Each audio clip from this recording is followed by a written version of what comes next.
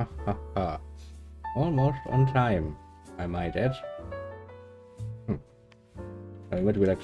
Add to what? You haven't said anything. Which now is a fair point, but it was more a bit of a reminder to myself that yes, I actually managed to be on time today. Jesus Christ, though. It was a fun week. Fun, yeah. Well, I had forgotten just how much work it is if I do it alone, and I did not need to be reminded of that. Oh, look at that. It's Aronos, and he's the first. You hold the record of being first for, well, many a streamer at this point, I would say. Hey, how are you? Feeling good? You know, apart from, working yourself to the bone. Because I know that feeling, and after this week I know it fucking well. You do indeed. I would like to point out, as far as YouTube statistics are concerned, I was the first on your, this War of Mine video, the newest one. Because according to YouTube, it had no clicks yet. I was the first to click on that. I was the first to like. And I was the first to comment on that. Yes, I'm number one.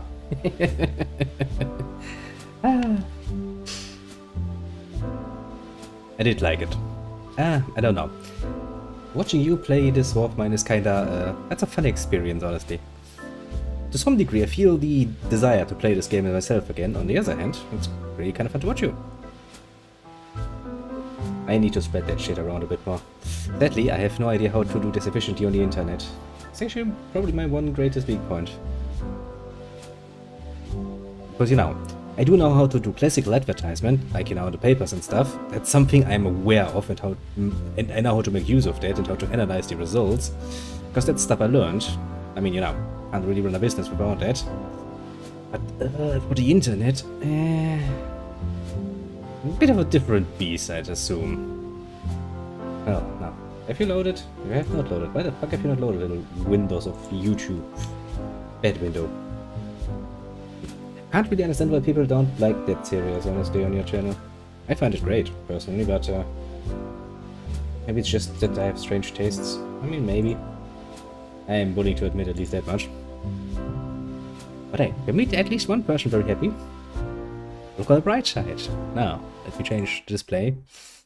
Let me actually give you sound, because this game actually has sound in the background. Look at the cool picture. That's a new picture, that's not the old picture of the, original Neverwinter Nights background. I like it. It brings the idea across to some degree. I don't like this though. This is kinda gay. I don't know. Because, let me say it like this, realistically speaking, that thing glows like shit. That's a fucking beholder, he has a giant eye, and multiple little eyes.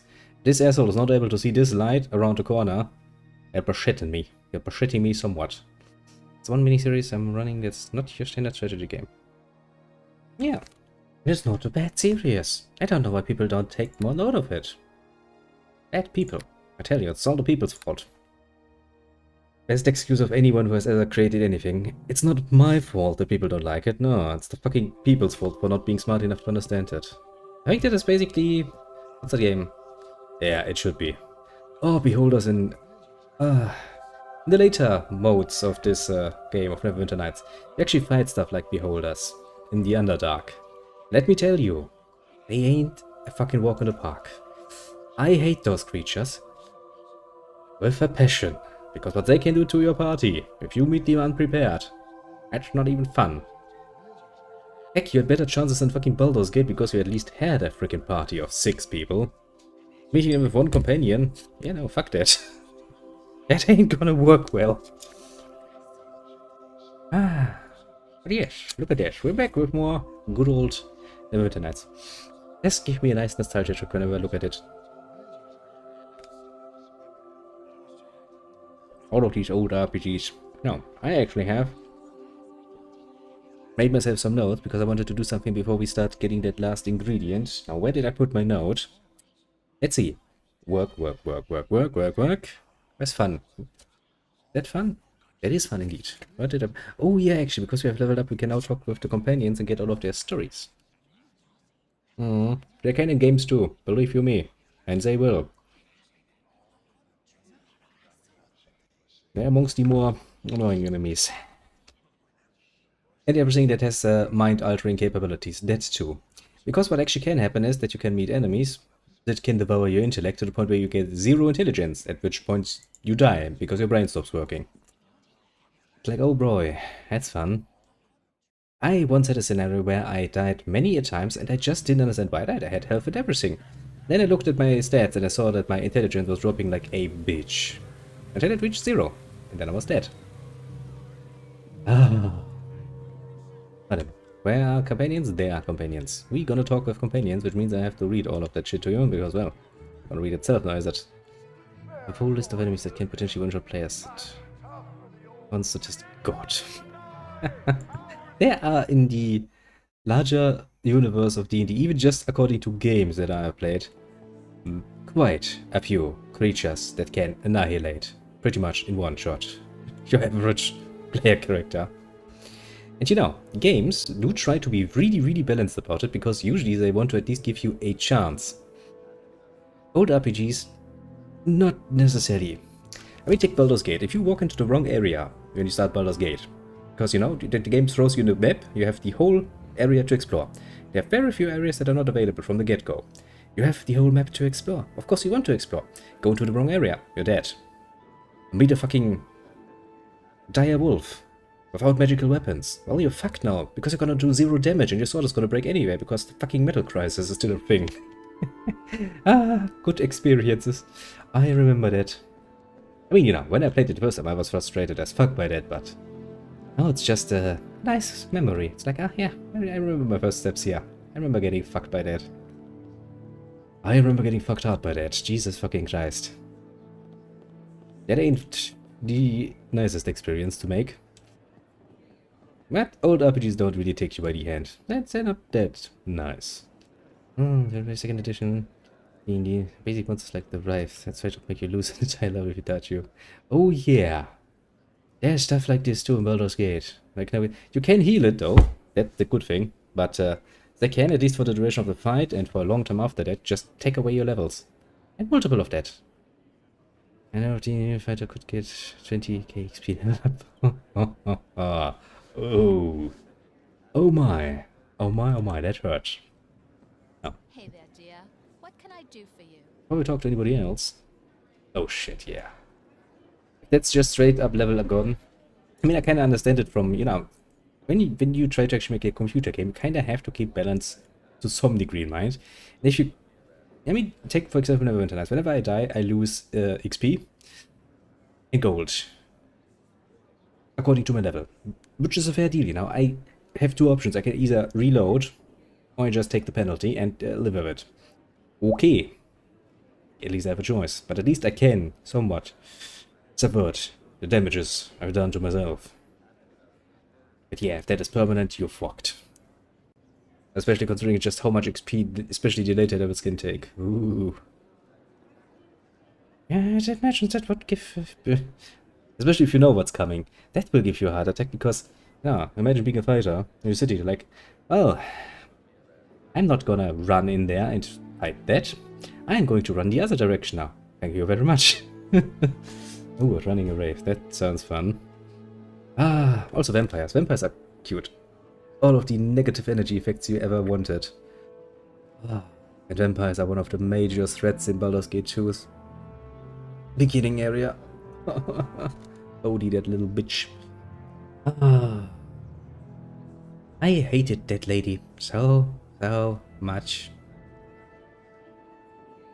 Yep. I mean, realistically, yeah. If you were to apply some realism to it, you should be de-levelable to death. Just the same as in, you know, if your intellect gets down to 0, your brain stops working. Oh, so you're dead. Okay, understandable. Have a very nice day now, while being dead. Would be an option. Let me see. You have nothing else to say. Okay, who else can I actually recruit? I forgot who actually of these assholes is companions. Well, no. Look at me, I'm shiny. Look how shiny I am. Shiny. I don't know. I do like that I have a cape now. I don't really like that my cape is clipping, you know, with my armor, but... well... it's an old game. I shall not judge too harshly. Let me see what Bodinok Glinkle is to say. Just have a bearing about you that distinguish you from the ordinary citizen. Based on my observation, adventure the hypothesis that you are an adventurer, correct? Yeah. I'm better equipped than 90% of the city guards. Either I'm a very good robber, or an adventurer. But maybe a combination of both, grave robbing and all of that. You're right, I'm an adventurer. Who are you? I'm Budinok Kilinkel, a gnome sorcerer from the island of Lenten, who has only recently arrived here in Neverwinter. A version of D&D where structures upon a player versus DDM mindset. It's kind of the wrong play. I mean, yeah. I get where the mindset comes from, because it is kind of a versus as far as combat is concerned, because, you have to basically have the players, and you have to have the DM play the other side, so from a combat point of view, that is a fair statement. Story-wise, however, if the DM plays against you, he can just outright fuck you. In a computer game, you would have an unsolvable quest. Yeah, precisely. There should be danger, but not certain death. Or, if you create certain death, put it in a way where you make it very, very obvious that if you continue to doing something very stupid, you will die for that. Which is fair. Basically, if you have a player who wants to jump down a cliff, and you got point out that that cliff is fucking high up, and that way down is very fucking, long, he's probably gonna die. If not for, magic intervention or something. But yeah. Challenge them players, but do not outright kill them. Otherwise, I'm not gonna want to play for much longer. That's the most beloved ones. Just insta-death. Hey, do you wonder why I like computer games so much? At least I can save and reload. The oldest cheat in the book, I might claim, but looks like a charm. So, Nanten, isn't that the place where all those crazy inventions come from? Homeland does have a reputation for producing marvelous machines and outlandish contraptions not otherwise known in Faerun. Oh boy, that sounds safe. We Lantanese are people guided by the analytical principle of science, says the mage. Observation, reason, and logic. Don't allow yourself to be misled by rumors and hearsay. You aren't all kooky adventurers, as some would have you believe. I myself am a sorcerer, for example. Not even a wizard, you are a sorcerer. You're quite literally the antithesis to that whole rational thought thing. The damn G players joke about carrying a 10-foot wooden pole to trigger traps that is never gonna have a chance to go without cheating. I mean, if you were to do a dungeon crawl in reality, every person without even much in the way of, brains would probably come up with the idea of tapping every fucking wall, every fucking ceiling piece, every fucking piece of the floor to see if any traps spring.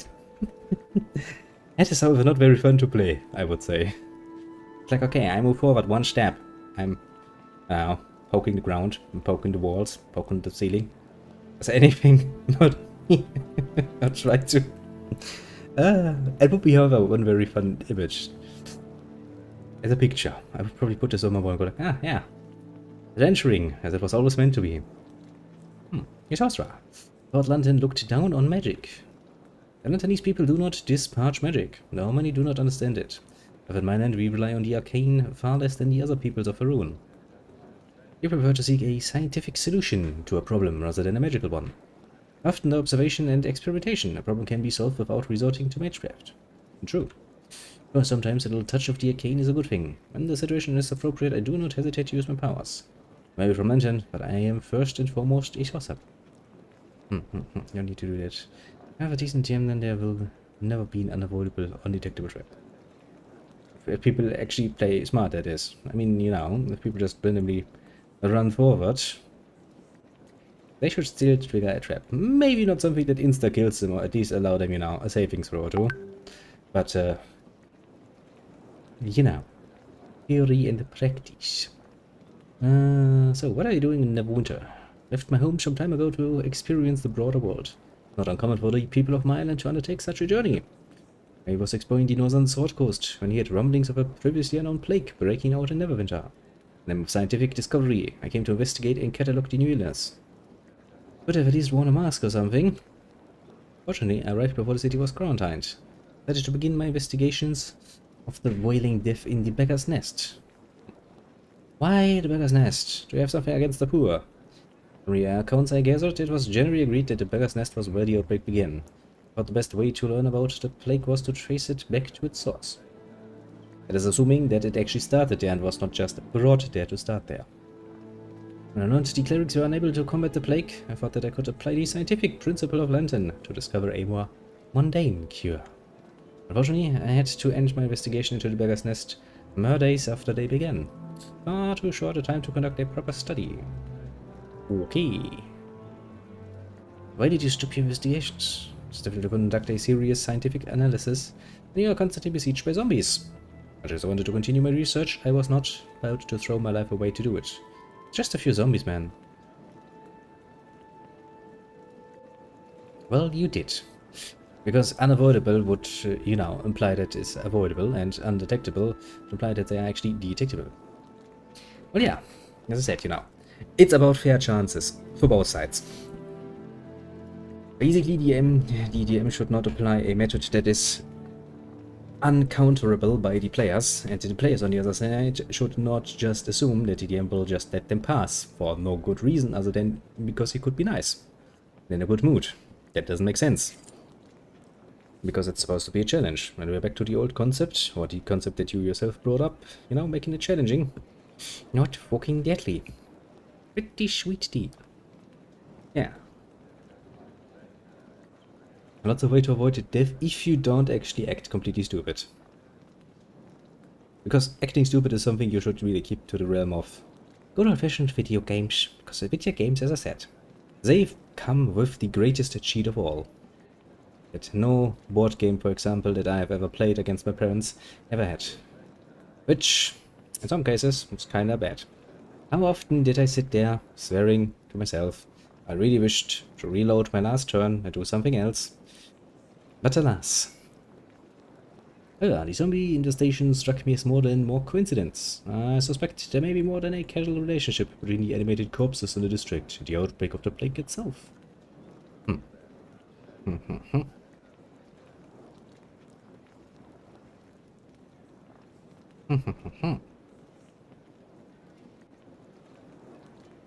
Well, okay, yeah, I mean, that's kind of fitting then. Because, if it's the final dungeon of the final boss, then it's kind of like, okay, yeah. That guy basically is already strong enough to have a decent chance of wiping out the party anyway. Then you would assume that any dungeon he resides in would probably do the very same. The zombies continue to wander the district. I cannot test my theory. I just suspect information that could lead to a cure can be found within the beggar's nest. Your mission. What mission would it be? Well, I work for Lady Everest. My mission is... let's be honest with him. Life has many dungeons. Life has at least many dungeons. But it's okay to find several missing creatures that might be used to find a plague cure. Yes, I suppose extracting a cure from certain regions could be a possible method of countering the rapid spread of this epidemic. Your own scientific interest in the plague would be glad to accompany you. Evidence seems to indicate you are a capable woman. Yes, I am. Who isn't afraid of a little adventure and exploration? Here's a welcome aboard. Now then, I use some spells and units. Yeah, I know. I know how spellcasters work. Just that, as an uncontrolled companion, spellcasters aren't that great. Let's talk. Let me ask you about yourself.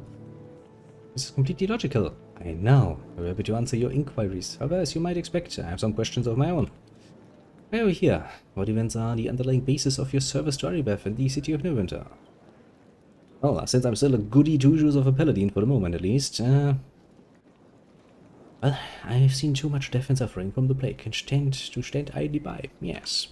Compassion is an admirable trait. I must confess my own motivations when I came here were quite different. You already told me so. But the plague was flush with the thrill of scientific discovery. But it applied to the principle of observation, I could discover a cure for the plague. Only after I arrived did I realize how wrong my preconceived notions were. I suppose the need to learn this lesson was one of the reasons my mentor insisted on sending me out from Lantern. Your mentor? Yep, my fault you didn't try to find out about the one you went to. That was meant for when you were 3 levels higher than you are. Don't blame me. You get to read over right common sense. One of humanity's greatest weaknesses. Greed. It's like, but there could be shinies in there. And the shinies were risking my life though.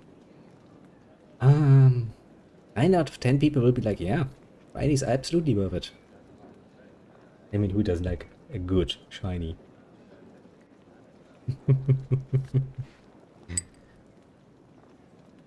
I mean, to be fair, you will probably learn your lesson after once, twice, maybe thrice falling into the same trap. Maybe. Then again, shinies.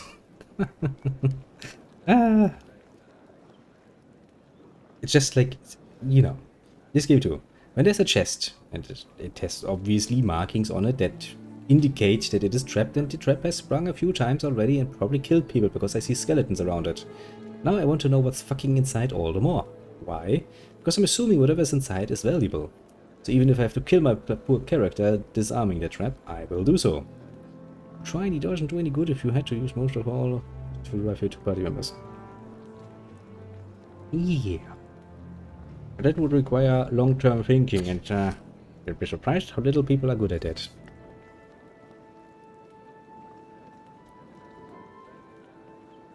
If I see the shiny in front of me, can I really consider the cost of that shiny? Questions. Very important question. I am a sorcerer. I have the ability to unleash powerful and dangerous forces. I know. But I've been foolish to undertake this career path without seeking the guidance of one more experienced than I. However, sorcerers and wizards are not common in Lantern. Also, they are very much different. You know they use the same spells, basically. You prefer to find a scientific solution to problems whenever possible, rather than relying on magic.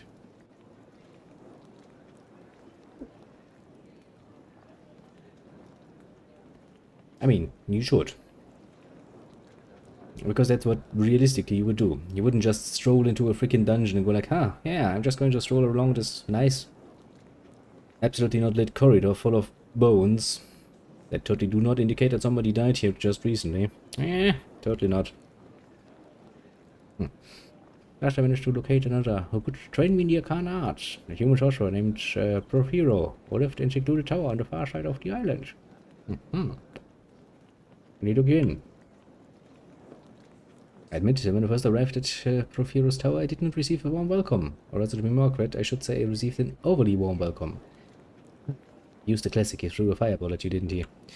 Just as I reached Profiro's tower, a large lizard, that's even better, rode from behind a nearby bush. It was somewhat alarming. However, when the creature opened its jaws and belched forth a jet of flame, I became absolutely terrified. Well, yeah, as you should. I fled back the way I had come, the fire drake's blast of flame licking at my heels the entire way. As soon as I passed beyond the boundaries of Porphyro's land, the creature turned and disappeared back into the bushes. So, what did you do then? I regained my wits and realized the fire drake served a dual purpose. As a guardian for Porphyro's estate, but also provided a challenge for any would-be apprentices who might wish to approach him. If I could find a way to best the creature, I was certain Porphyro would see my potential and accept me as an apprentice. The problem was how to get past the creature when my magic was barely capable of igniting a candle. I had to rely on my mind to solve the problem, so I began to analyze the facts I knew. And I realized the creature was nothing more than an illusion. An illusion. How the fuck did you figure that out? Which pickups, place I've made where I had a guy playing a standard barbarian. He wasn't adding the strength mod to his damage roll, and when I discovered it, I said he was bashing it with the flat attacks. Hey, that barbarian was trying to find a way to deal non-lethal damage, basically. Just a phase of experimentation. That's a thing. Simply looked at the evidence. Fire drakes are not indigenous to my island, and the climate is hardly suitable for one to survive. Plus I had noticed no burnt patches of grass or scorched bushes on the ground. But flames of fell licking at my heels had done no damage to my shoes and clothing, and with undeniable proof of the illusion, I marched up to the tower once again. The lizard appeared, I simply ignored it. Charged straight at me, fire and smoke spewing from its jaws. I held my ground, and a split second before the beast bowled me over, it disappeared in a shower of light. I alerted door swung open. Stepped in to see an old man in robes. He smiled at me and said, "Well done, Potinok Glinkel. You have proven yourself worthy of being my student. I am Profiro." So what was it like as his apprentice? Sorry, well, this is the most reasonable time to discuss this, is it? After all, Neverwinter is in great peril. We have all the time in the world. And the player tried to pick a fight with very famous NPC. Famous, Also, cool. Very fast that you do not fuck with Bakura the Blacksmith, and the rest of the party just lose fate. Talking so much shit out of game. Is there something you need? Yeah, some people just really want to test the boundaries and see how far can I go against God. And well, most people will realize rather quickly that God has a sixth sense of humor. Sometimes. Let us talk again. Continue your story. You seem quite interested in my time as an apprentice under Profiro. Suppose we can afford a few minutes for me to recount those days for you. Profiro instills in me the basic principles of magic and the underlying laws governing the arcane. Knowledge and wisdom were an inspiration to me, though his organizational skills were somewhat lacking. What do you mean by that? I constantly stumble across magic items carelessly strewn about the tower. Potions and elixirs from half-finished experiments would be left sitting out on the kitchen table. Ancient scrolls he had been copying would be stuffed under the cushions of his chairs. Friends would turn up in closets and drawers. And he never ever locked his laboratory, despite the countless powerful magical items and dangerous experiments he often dabbled in. Well, you must have found it quite a temptation. I admit, seeing all these potions and wands and scrolls just lying around was difficult. Must confess that eventually I did give in to the temptation. I just snapped, couldn't take it anymore. I did something rash and completely out of character. Avoided and my master left. An extended trip and then I cleaned up Profiro's laboratory. That's probably not something a fucking apprentice should do unasked because, well, lots of magical things around there. Organized the scrolls and potions and wands. I built shelves to store the magical components of his research and I made a catalog card system so I could cross-reference all of his tests and results. Items that were particularly powerful or unstable I locked safely away in a magically reinforced chest with a key that I presented to Profiro on his return. That's it? You cleaned up? I say, player, I was young and foolish. Profiro's own reaction was similar to yours. I couldn't believe what I had done, although he did continue to use the fighting system I'd set up for him. You had all that magic at your fingertips, and you didn't even try to use any of it? What kind of sorcerer are you? Aren't you even curious? First time you see that my old DM who taught me indeed created. I encountered the only one to ever intimidate Fargrim. But at the time, I went on to canonically do great things to the point my friends request to put him in games. Oh, that's kinda cute. Look at that. He became a canonical figure actually. Yeah, it's good. Yeah, it's very good. It's pretty cool. Was a curious player, but my hunger for experimentation was tempered by reason. Imagine damage I could have done if I had dared to experiment on my own. I was an apprentice, so the sensible course of action was for me to follow the lead of my master. The course of action would have been illogical. Well, I guess your actions do make some sense now that you've explained them. I admit my actions may seem overly cautious. That is the way of my people. Curiosity is tempered with careful analysis. Yes, very much so. However, ever since I left Lantern, I find I'm growing more bold in my quest for discovery. Well, I did come to a plague-infested city in order to chronicle a new disease, among other things. Among other things? What do you mean? Yeah, another reason you came to Neverwinter. And you stopped hitting. An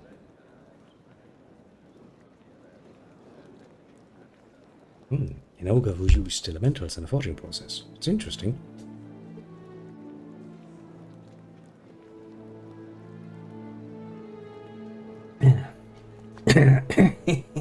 Hey, slowly. I guess infusing weapons and armors with elementals doesn't really sound like such a bad idea. Sounds like a pain to do so, but would lead to some interesting things. Maybe it's something I can help you with. Go on. Ask you later. How about now? I told you earlier I came to Neverwinter to study the Wailing Death, player. There was another reason I came, as well. Given all that has happened, it seems rather important now. You did ask me, so I must conclude you're interested in my motivations. I've come to Neverwinter in search of bread. Bread? I know how foolish this sounds, but I had heard tales of a special type of bread found only here in Neverwinter. Leaven bread, they call it. They said the loaf stays fresh for months and that it will never go stale or moldy. Hoping that when I came to Neverwinter, I could find someone to teach me the secret of making this wondrous leaven bread. I could determine the agents that keep the bread from spoiling. I think the principle could be applied to any number of other uses. A little research, the discovery could mean so much more than simple bread. You haven't anyone to give you the recipe yet. I looked for some time when I first arrived in the city, but it seems the secret is known only to a few master bakers, and unfortunately, they have all been claimed by the plague. I fixed way up here in some lucky roads. I convinced him to train him in weaponsmithing. Years in game, everyone became amazing at doing the impossible with weapons. I mean, you know, years of training and all of that probably helped. That's cool.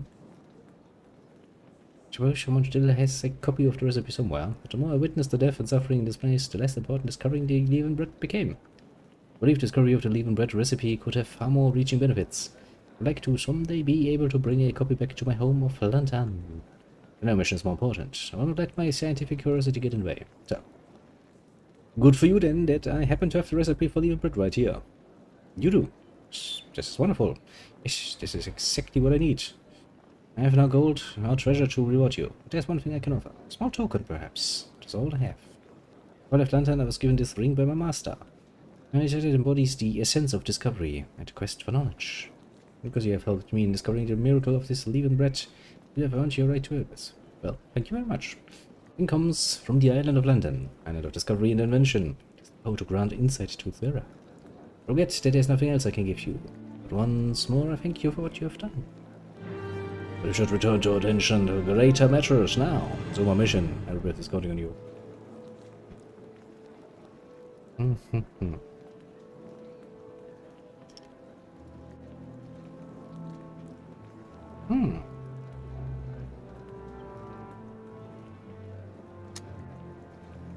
Well, generally speaking, having weapons that are conscious of themselves is a pain most of the time.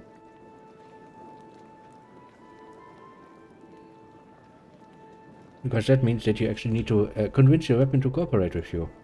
I don't actually want to have a long-lasting debate with them. Well, very close to fighting. Oh, who else is actually a companion? You are not a companion as far as I'm aware. No, I think you are one, and I think this one is one. Oh yeah, right, you too, little Sharwin. I kind of forgot about you. I know you. You were at the academy during the slaughter of the students. Well, I was, yeah. You were there when the assassins came.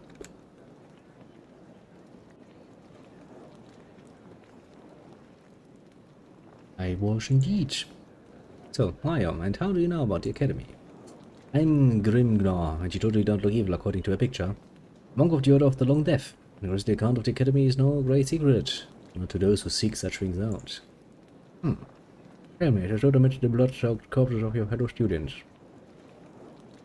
Did you gaze upon the face of death? Did you look into his cold eyes and feel his icy touch upon your soul?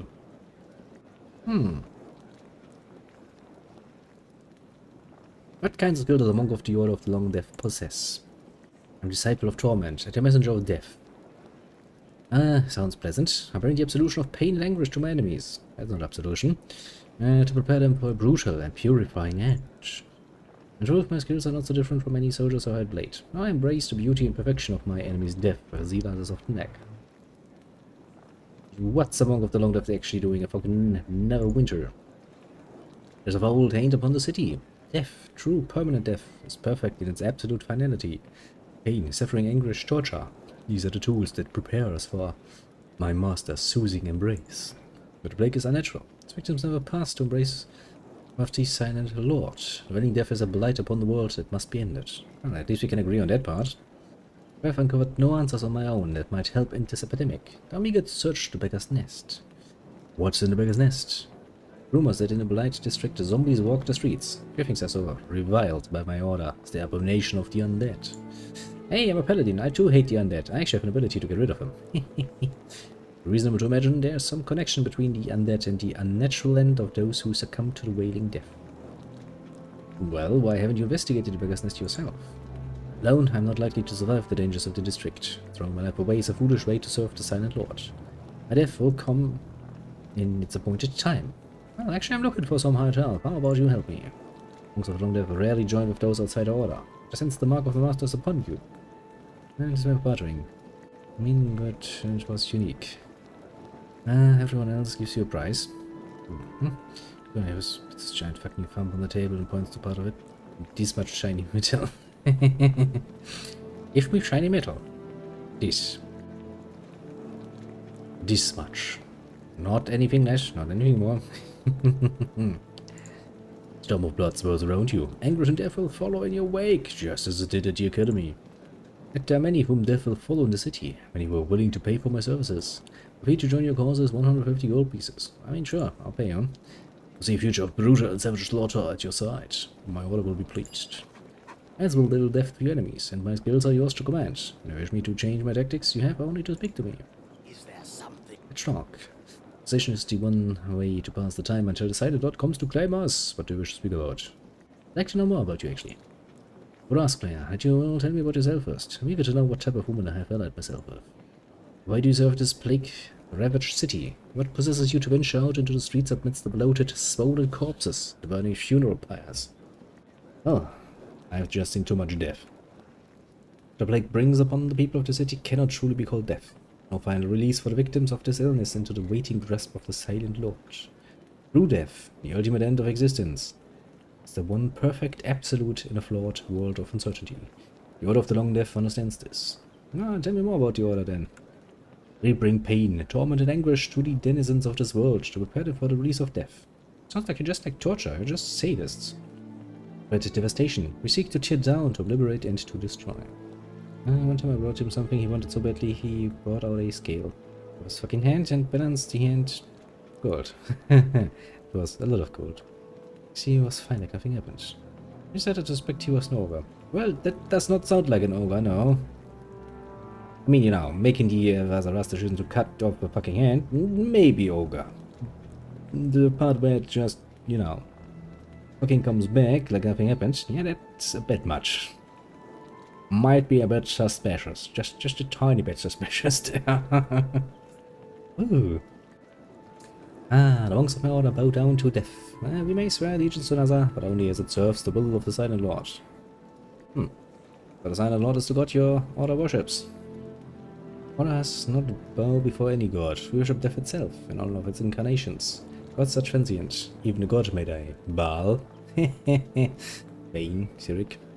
Ach yeah, Baal. Baal died. Well, but the problem with that is Baal foresaw death and created offspring. Many an offspring, because Baal was like, yep, if I'm gonna die, I'm gonna have the best time ever before I do. And so he quite literally, and I do mean this, he quite literally fucked every bloody last fucking creature he could find on fucking Perun. Including, but not limited to, humans, elves, and dragons. How the fuck even a god manages to get a part of a dragon, I don't know. But apparently Baal could. It just works. He's a bit like Zeus like this, you know? Zeus could also fuck pretty much everything. No problem whatsoever. Delicates in game of fandom playing him. He narrowed it down to because he's a dragon or a primordial. How fitting that we just talked about dragons. Death itself is always present. Silent Lord is the name we give to the concept, the very essence of death. When we have a name for it, it's called death. It's called dying. Why do you need another name for that? It's a good way to create another god, isn't it? We also have death in one way or another. It was only after I left Mistral Hall to join the Order that I truly came to understand this. Mistral Hall, you say? Is that where you came from originally? Spent several years at Mistral Hall in the service of Bruno Battlehammer. That's actually a famous name. I joined the Order of the Long Death. But there was no place for me among the clans at Mistral Hall. I was shunned and reviled by my own kind. What do you mean? Not the time to speak of this. Okay, now the time to speak of this. Whenever Bruno Battlehammer reclaimed the throne at Mistral Hall not 20 years ago, it kindled a fierce racial pride in all the dwarves of the north. I was one of many who flocked to Bruno's banner, but many who came to battle the denizens of the Underdark, drive them from the mines beneath Mistral Hall. But they wouldn't accept you, would they? It's long before I joined the Order of the Long Death, and at first Mistral Hall welcomed me, but even then I did not fear death, and was eager to inflict it upon my enemies.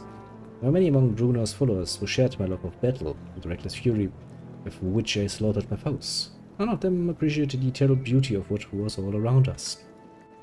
We heard the glorious chorus of screams of dying drow echoing in the chambers of a dwarven mine. I paused in battle to taste the palpable spectre death descending on the field like a cool mist. No, usually when I'm in battle, I am far too focused on fucking staying alive to look around and enjoy the fucking scenery. You see, kind of being a primordial is the most terrifying thing. The power they have, and what's more, the connections they have. It's an actual god can save you. And the gods have a very willy-nilly way to get involved with mortals most of the time. It's like, okay, yeah, sure, let's give our clerics some power, let's maybe intervene somewhat haphazardly. Most of the time they're actually doing a pretty damn fucking bad job at it. There's sort of a dying comrade, drinking in his pain and fear as his life bleeds away. Gazing into his eyes, glimpse a terrible understanding shining through in the final instant death claims you. Well, can't say I've had the pleasure. After the battles, I would walk among these scattered corpses, fascinated by the truth of their deaths. And I found it disturbing. I knew, but I couldn't stop. Compulsion was too strong. As I wandered amidst the twisted, mangled bodies and gazed into the mask of agony forever frozen on their faces, I understood. Drow, Durga, Dwarf, deaf were all the same. Deaf were all perfect. I had to share my revelations with my brothers in arms. They could not understand. They looked at me with horror and disgust. Well, okay, you're pretty much a freak, aren't you? And was what they said as well, though they were glad to have me at their side whenever the Drow attacked. Left Mistral Hall shortly after my revelation in search of something. I found you out of the long death. I suppose I cannot blame my fellow Dwarves for their reaction. The acceptance of death is not easy. Even among my order, there are those who cannot face the silent lord when the time comes. What do you mean? Sorry, I should not have said anything about this to you. It's a matter that must be solved by those of my order. Even the god might not be human. They would risk war with the primordials. So ancient that they make ancient look young. Many were around the birth of the universe. Yeah, even the... well, at least most of the worshipped by humans usually gods. And, to some degree, created with humanity. I probably would not fuck with a primordial. Not without a very, very, very good reason. A very good chance of actually winning. You can tell me, maybe it's something I can help you with. Not the time to speak of this. It's now the time to speak of it. It is. But you have proven yourself to be an agent of the Silent Lord. Death follows you wherever you go. It quite literally walks through a city of the plague. Yes, death is everywhere I go. I'll be completely honest with you about my reasons for coming to Neverwinter. I came in search of someone. Her name is Alaganda. Like me, she was a disciple studying to enter the Order of the Long Death. We often trained together in anticipation of her initiation. I will not describe her initiation rituals to you, but Silent Lord claims many who undertake them. Only the few who survive, as I did, are welcomed into the Order of the Long Death. Alaganda could not bear the face of her own mortality. On the morning of the initiation, she fled, breaking the vows she swore when she first joined the Order. And you followed her here. Didn't follow her right away. The ravages of the ritual had left me broken and weak. When I recovered, my instructor came to me and told me what I must do.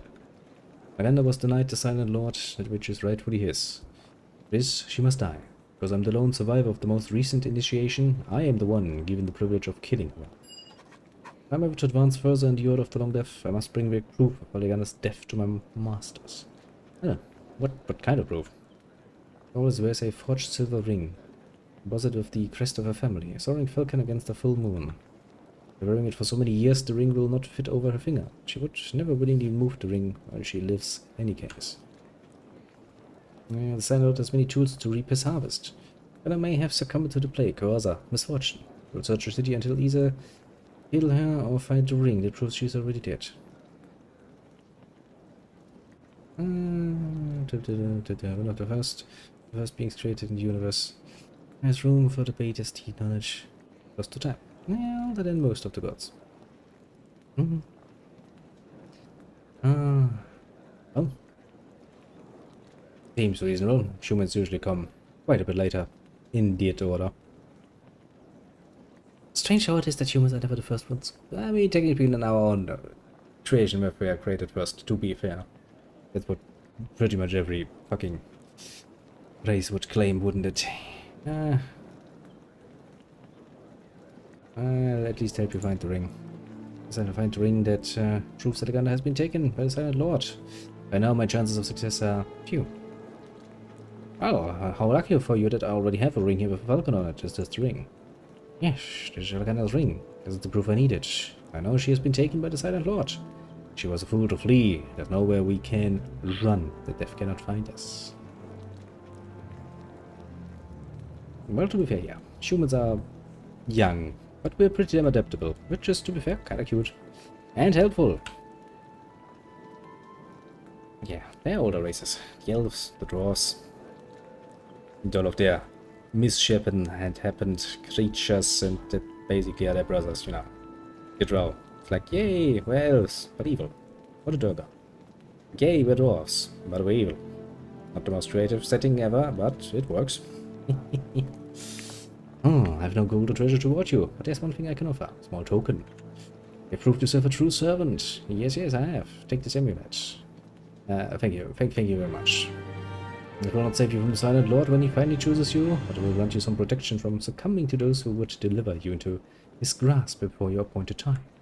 Eventually I will return to my order and report Leganda's death to them. I can't wait until your mission here is done.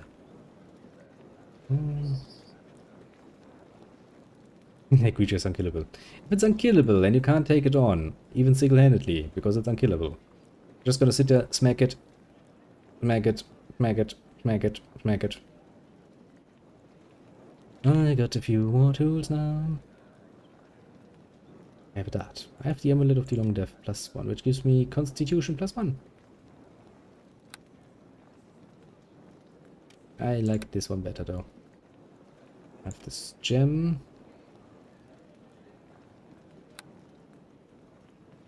I have the ring, which gives me charisma and regeneration. Oh, can't kill it. Yeah, that's what you said. You said you can't kill it. It just gives me light, right? Okay, let's use the Lanternese ring. We'll sell this one once we have some time.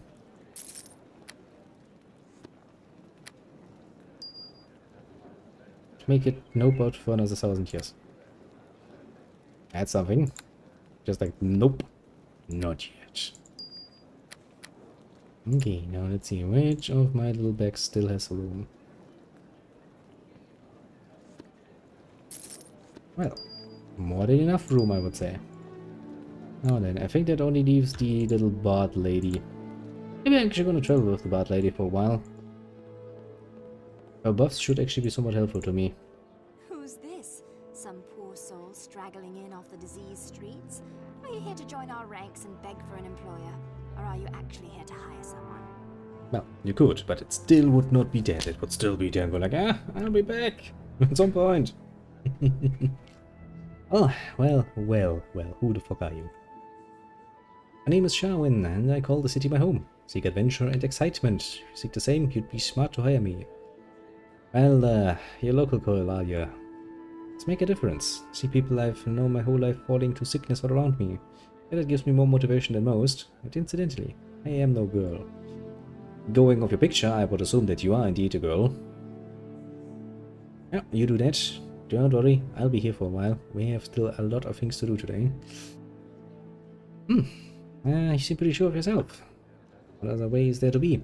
Should I be fawning and squeal at the sight of every mouse? Should I hang onto your shoulder and back for protection? Would be kinda creepy if you did. I would want and I seek it out. We should make a fine team, you and I, if you're a might. Well, welcome back, little Kronos. I'm trying tonight. Just what skills do you actually have? I'm a caster of bardic magic, master of all skills and a teller of the oldest legends. And with or without your help, I intend to achieve my own fame in my time. One day bards will sing their songs about me. Kinda ambitious for a bard to be like, sometimes they will sing my song. I suppose such talk may make me seem arrogant to you. No, I don't particularly care. I've known the path I was on for a long time. I've planned a life of riches to live the life of a bard. No, I do think that your confidence at least is admirable. Thank you. You're not the typical sort of woman yourself, are you? As I mentioned, don't come back. But then if someone else manages to send it back, good luck with that. Like,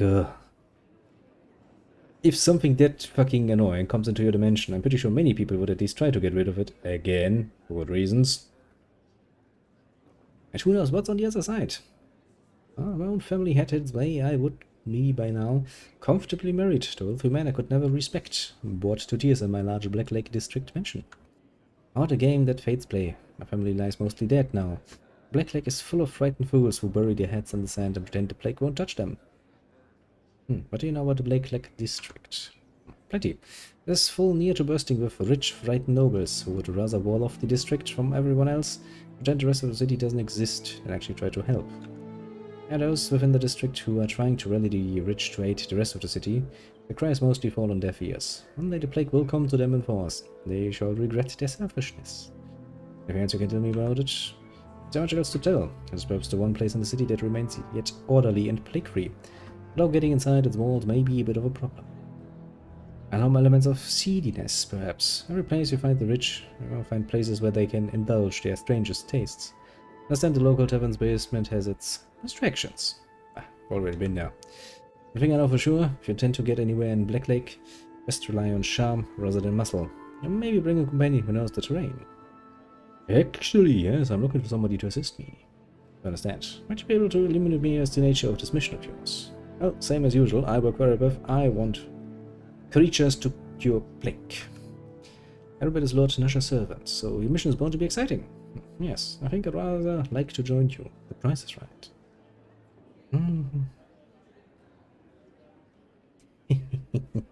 Yeah, but it's going by, you know, your poor average party standards. I'm pretty sure there are some creatures who would find such an encounter rather exhilarating and not immediately deadly. My skills don't come cheaply, however. I'll follow you gladly in the best of my ability, lady, provided the price is met. Yes, 150. Sure. What is required? If you want me to do something different, do let me know. Probably get a move on. Yeah, sure. Let me talk to you. Yes? Is that... I'd like to know more about you. I'd like to know more about me. Alright, I'm game for a little chit-chat. I'll ask you something first, however.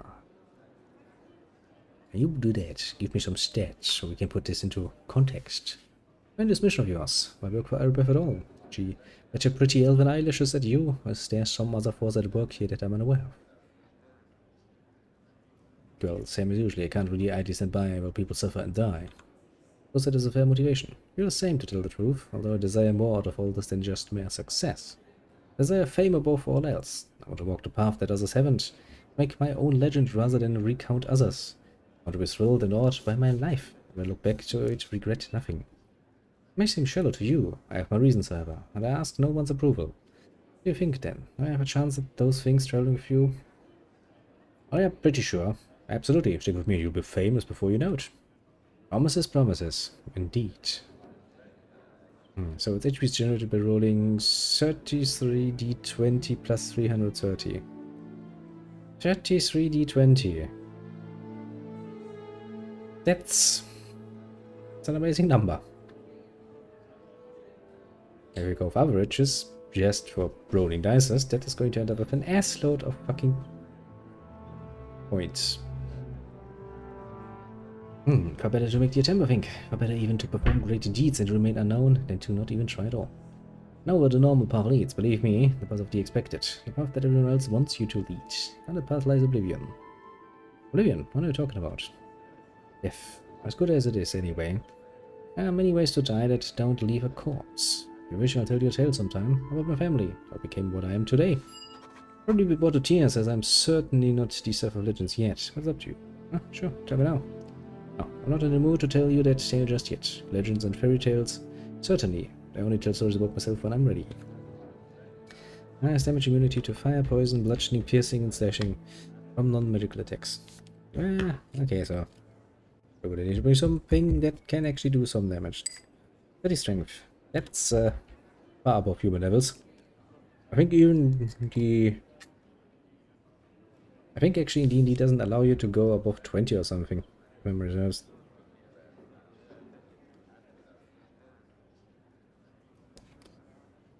Hmm. 30 Constitution. I remember when one character in Baldur's Gate 1, Cargain, the dwarf, had such a high constitution that he healed a bit. That was a lot less than fucking 30. 3 inch. Well, at least it's not smart.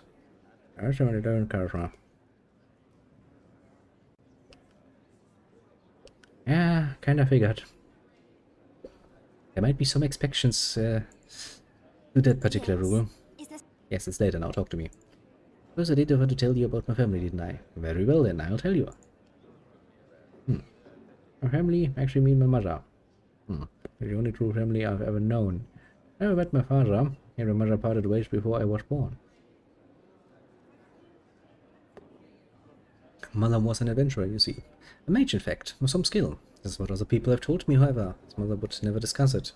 She left that life behind, along with my father, to marry a man of wealth. So why would she do that? As I said, mother wouldn't discuss it. She had far more important considerations, after all. Any adventuring nonsense.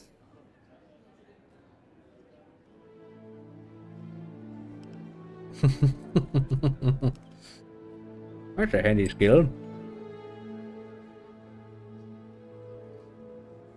For 3 times a day, just goes like, meh, I didn't fail that one. Whoop. Chalk sheets. I want that skill, that sounds fucking amazing. Totally overpowered though. My mother wanted wealth. She wanted to live a life of fine jewelry, carriage rides, and a fine mansion in Blacklake. Nourishment was a means to an end. Left behind the magic. Zed spent her life spending money. Far more money than my stepfather could ever afford. He didn't care a whit for his complaints, so long as he kept providing her coin. When he died unexpectedly, she was devastated. Not because he was gone, but because he left behind a mountain of debts. She was terrified at the thought of being poor. What about yourself then? Are you saddened by his death? Never really knew him, to be honest. Also kept me quite distant. Shuttled from one private school to another. She formed a desperate plan. Although she rarely saw me when I was a child, now she had need of me. I was a comely young woman. She would see me wed to a wealthy bachelor. Not for my benefit, of course, but for her own. So meek and accustomed to being ruled by her, I couldn't even conceive of an objection. I always had her eye on the young Lord Farthington. I would never stoop to marry poor nobility, however, not unless he desired me. I'd have to seduce him. I mean, well, pretty standard tactic. And his magic resistance, giving advantage on saving throws against spells and other magical effects. He's immune to being charmed, frightened, paralyzed, and poisoned. Wait a second, can I at least put her to sleep? Is it immune to sleep? Questions? I didn't intend to. I had went to Lord Farthington's estate to attend a party being held in his honor. My mother meaning us to meet. He arrived, I was awestruck at the size of the hall. There were so many people dancing I could barely take it all in. The music was so beautiful. I stepped onto the floor and approached the man my mother pointed out. I was very nervous, but the man was handsome, kind and witty. I fell in love with him immediately. Mother grabbed me away from him, angry not long later. I had mistaken her direction. It was not Lord Farthington I had danced with after all. It was far too late for my heart, however. Who was this man then? His name was Denon. Penniless apprentice bard in the service of Lord Farthington. Utterly enough of him. That's pain. When out of some of you win this fight, you gain 155,000 XP. There's nothing here preventing it from being put to sleep. Yes! I heard it's one weakness. Set my music listed above. I did not say it was easy. It's just not immediately immune to it, at the very least. And it's a start of a clue of something. Sadly, usually sleep spells are rather limited in their level range.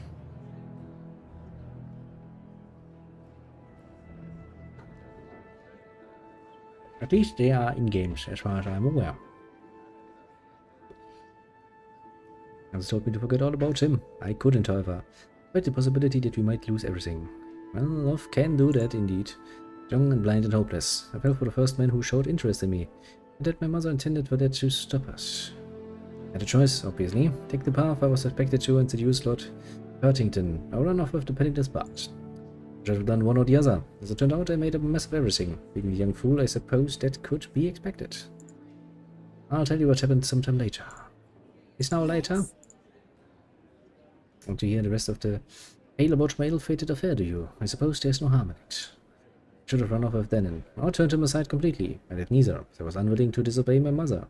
Instead, I seduced Lord Farthington as she wished, and loved my bard in secret. He was kind to me. He enthralled me with his music, and I adored him. But Farthington, on the other hand, merely lustful and possessive, and my mother was overjoyed. That couldn't have gone on long. No, that's true. Things are bound to come to a bad end, of course. I wish I had known that. As the date of my marriage to Lord Fartington grew closer, they began to suspect that something was amiss. And far too much time away from him and in Denon's arms. It was all my mother could do to convince him that I was true to his love. But she who finally discovered me in the arms of my bard. Oh, she was probably going to be happy.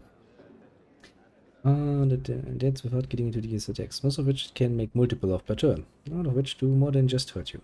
Smallest damage roll is 46 plus 10. Oh, that sounds like something that could kill you. Fucking fast. Jesus. That just being 40, 12 plus 10. That's fair. That's very fair. An unpleasant scene, I would bet. To say the least. I was horrified beyond belief and sent the guards chasing after Denon. Escaped, thankfully, and I was undeterred. As I turned on me then, it forbade me to see Denon ever again. It was to marry Lord Fartington, and that was all there was to it. I refused, at first. I loved Denon, and nothing else mattered. So she begged me. The proud woman got on her knees with tears in her eyes and begged me to not abandon her to poverty. But as I was expected, save my mother and marry a man whom I did not love, but run off with the unknown into the unknown with Denon. You chose Denon?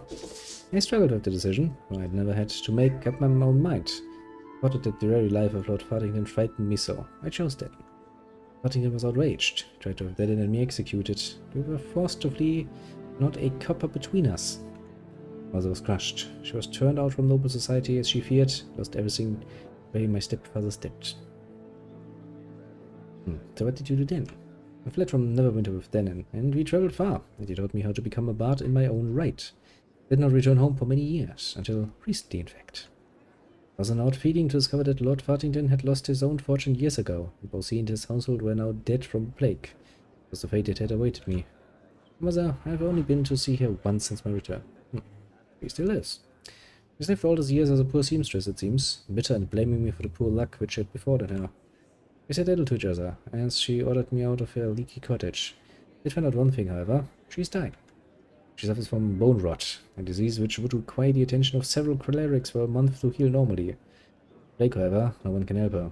I have tried in vain to find one who can. Is there nothing that can be done? I have only one sure cure for bone rot, and extract from a flower that is said can only be grown in the fabled cliffs of Mount Celestia. Any such a potion would be difficult, I have no doubt. It is my hope to find one, however, and save my mother's life. I do not owe her, really, but I'd like to do this one thing for her. But the creature is gargantuan in size, meaning it takes up half the city basically physical size. As anyone knows, there's only one in existence. I've never put one in my games because, I have no place to come back. Yeah. That's basically the nuclear option. Quite literally. Like, I don't want to see anyone for a long while again.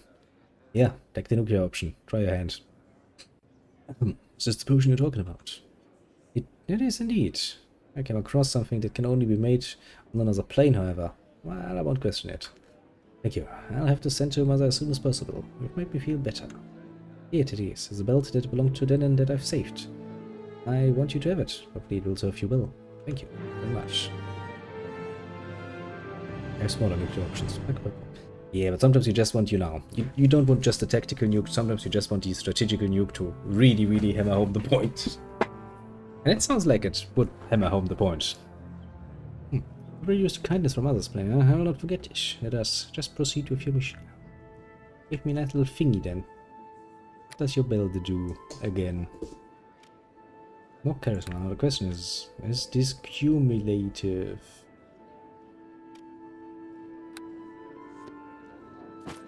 It is, which gives me more charisma. Which, to be fair, is rather useful as a fucking paladin. 15, 20 plus 19. Doesn't sound that much fairer now, does it?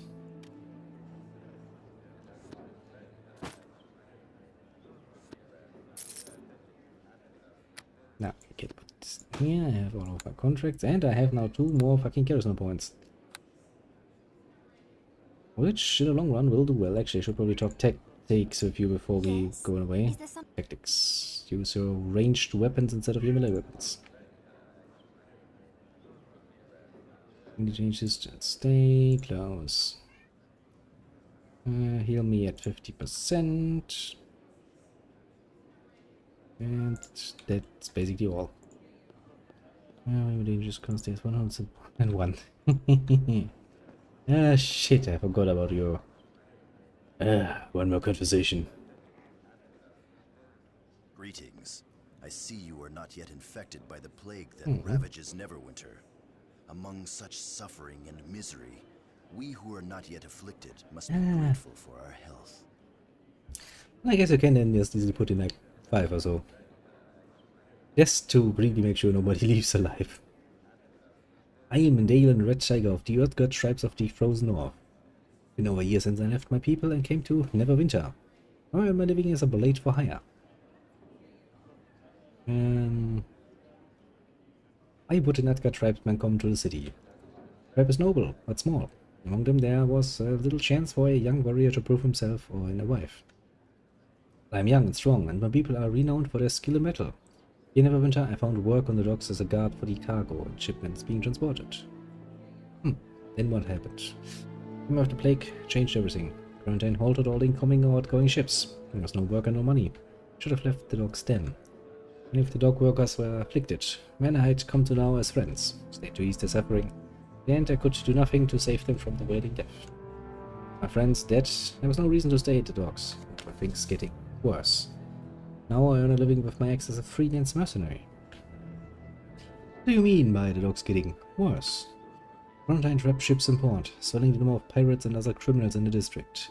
Men with no honor. With the city guard focused on the plague, these evil men have seized control of the docks. Parodians are not in the monster anymore. These are actual gods. Well, yeah, it's not the sort of creature that you would, well, have any need to spawn, basically. Because, well, it's not meant to be a thing. I don't put anything in the aim that the party can't have an actual chance to beat. Well, fair point. A very fair point. And that Katoria knows no fear, but I will not dishonor my tribe. I will serve these men. I will not become a common fucker or murderer. Well, anything else you can tell me about the dogs? Well, if you hear talk in the district of an auction to be held at Jim C.D.'s tavern. And besides the usual stolen merchandise, illegal goods, and helpless slaves sold at this filthy den of sin. Word spread quickly on the streets. Perhaps I could have learned more before I left. No interest in such transactions. I'm a warrior, not a smuggler. Little else I can tell you about the dogs, but I know the district is dangerous. If you intend to go there, it would be wise to keep along hired blade. Actually, I'm looking for them. I am no stranger to battle or bloodshed, but I'm a warrior of honor. I will not undertake any sinister mission. Had I desired such work, I could have found employment back at the docks. And don't worry, I'm looking for missing creatures to cure the plague. Araba's reputation is well known throughout the city, so I have no fear your mission will bring dishonor to me. I'll work for you, and we can agree upon a fair price. Not one to boast of my own abilities, yet the skill and ferocity of the Utgard tribes are well known throughout the north. Yeah, here's 150 gold. Will not regret this. My skills are yours to command. All you perform to the best of my abilities. Yes. Actually, why is my thing? Well, because I got all of that. Yep. Yes? Is there something you need? I just want to talk for a while. Still, I would like to know more about you. Before I tell you about yourself, tell me something about yourself. Knowing the companions we come to know ourselves. No problem. I'll see you soon. I admit that I fight only for gold, but I know nothing of your motivations. You do yourself Neverwinter during these dark times. Same as always. Couldn't stand to the death and suffering. But an honorable woman. I seek honor here in Neverwinter, though of a different sort. I came to the city to make a name for myself. Forge a legend that even the tribe of my mother would hear. That I found myself guarding crates and barrels against common thugs. Even in this sordid world of the docks, my reputation spread. Their captains asked me to join their crews. Perhaps if the plague had not come, your name Dale and Redchiga would have become a legend on the high seas. Well, don't worry. Stick with me. The bath will sing your praises. Perhaps it is for the best. When I joined the ship's crew, it is unlikely the Utgard would ever have heard of my accomplishments. My place is here, in the north. It's the land of my birth, and this is where I must fulfill my destiny. I will bring no honor to my mother's name by fleeing on a ship. Only first day can I hope to redeem the shame of my father's blood and end my exile. Exile? Shame of father's blood? What the fuck are you talking about? Please forgive me. I became lost in a moment. The drums of glory momentarily distracted me from the task at hand. Will not happen again. Don't tell me what you were talking about. I want to hear. As I said before, the words were, "There's not time to speak of such things. Perhaps later I will speak more of this." Yes? Now later. In the time we have been together, you have respected my request for privacy. Now I feel I'm ready to tell you the rest of my tale. I mentioned my exile to you before.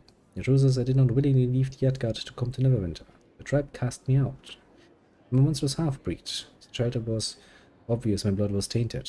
I was violent and savage. It's only because of the pleas of my mother that the tribe did not slay me as an abomination while still an infant. Yet they hate you so much just because you were different. You don't understand. Not only am I different, I am half orc. Orcs are my tribe's most hated enemy. For generations they have a ward of the Yadgard. How can my tribe welcome me when I am a living reminder of their worst foe? What about your father? I never knew my father. Mother never spoke of him. I saw the pain in her eyes whenever I asked. Where the pain come from, I could not say. Some of the tribe said he was a vile beast who forced himself on my mother during a raid. Others claimed my mother loved him and welcomed him to her bed, and wept when he was murdered by the warriors who discovered them.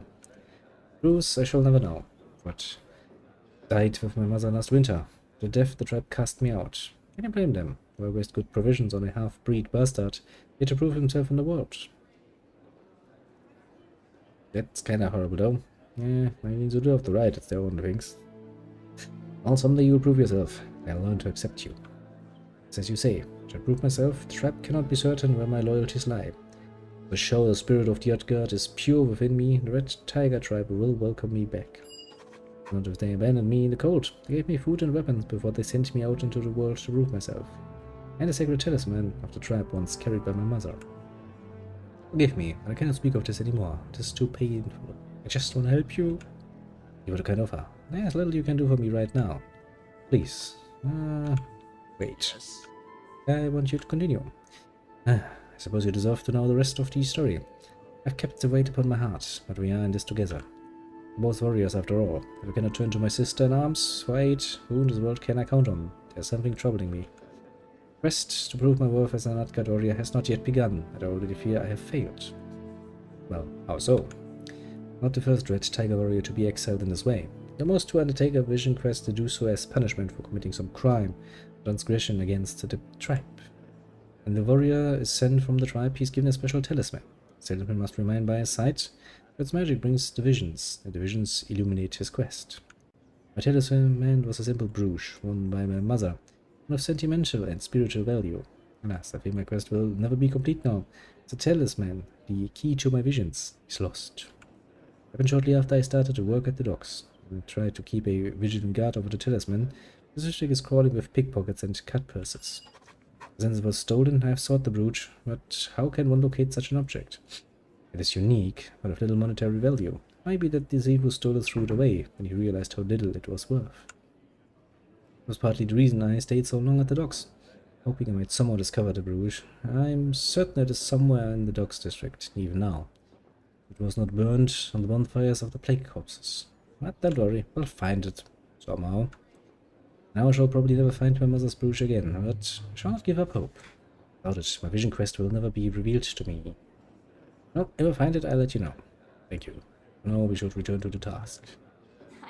You follow me again. Now we have done all of that. We now have Dylan's Tale, which means we also know that it's somewhere in the Dog District, which we're going to plunder next, and that means I tend to go to the Dog District.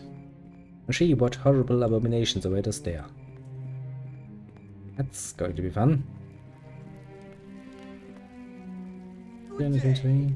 Sort of noble officer. You throw some high-fault influence around and take care of the crap that's keeping me from my job. I just want to go back to work at the Dog District. There's not much to do under the quarantine. At least I'd be away from the stink of the corpse fires. The squad with all the fees everywhere. I wonder what's got into them. Just made them looks restrict, unlivable. Can't go home for all the muggers. Everything I can do. For charity. Just want to be able to get back to the docks. Someone needs to get in there and raise hell. So if my back was in better shape, I'd be in there. Can't take on an army of thieves. Just wait here. Yeah, you just do that. Hail, good madam. Running death has taken a heavy toll beyond these gates. The docks have always been dangerous. Now we have strict access on Lady Erebus orders. When we have proper quarantine clearance to enter the district. I don't wish to lay you amidst the stink of the corpse fires any longer than I have to.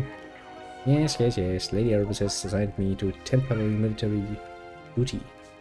Aye, there's word she'd be hiring on adventurers. What can I do for you? But you answer some questions about the Docks district. Maybe to answer a question or two. You want to know. Is there any way I can help out in there? We can report to the gate guard on the other side. Maybe he'll know something about the... Probably shouldn't be talking about that.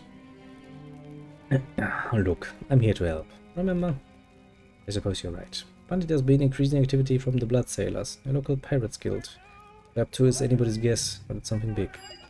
Want to know more about it? Suggest you talk to the dockside gate guard and have the latest information, whatever it may be. How bad is it? It's pretty bad. But it wouldn't go in unequipped. I'd hide any valuables if I were you too.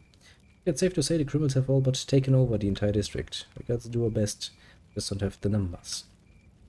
Is there any place I should look out for in Docks District?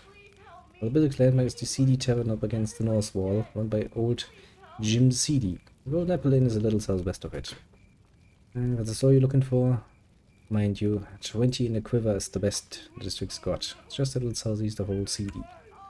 You shall now enter the district. Let's see what happens on that.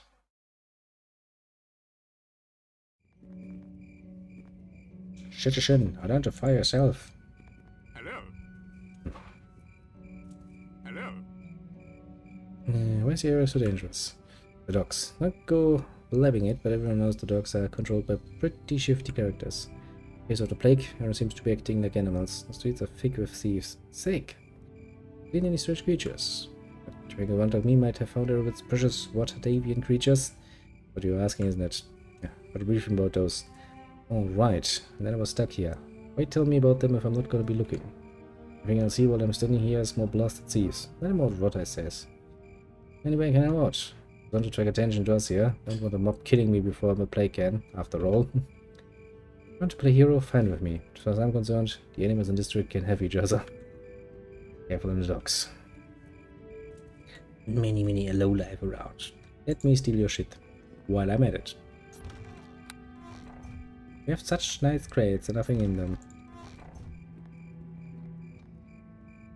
I see muggers. I always get my way. Jerk!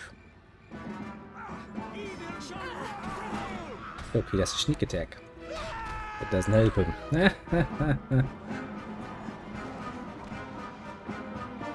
I'm not that fucking weak that I need some help with that.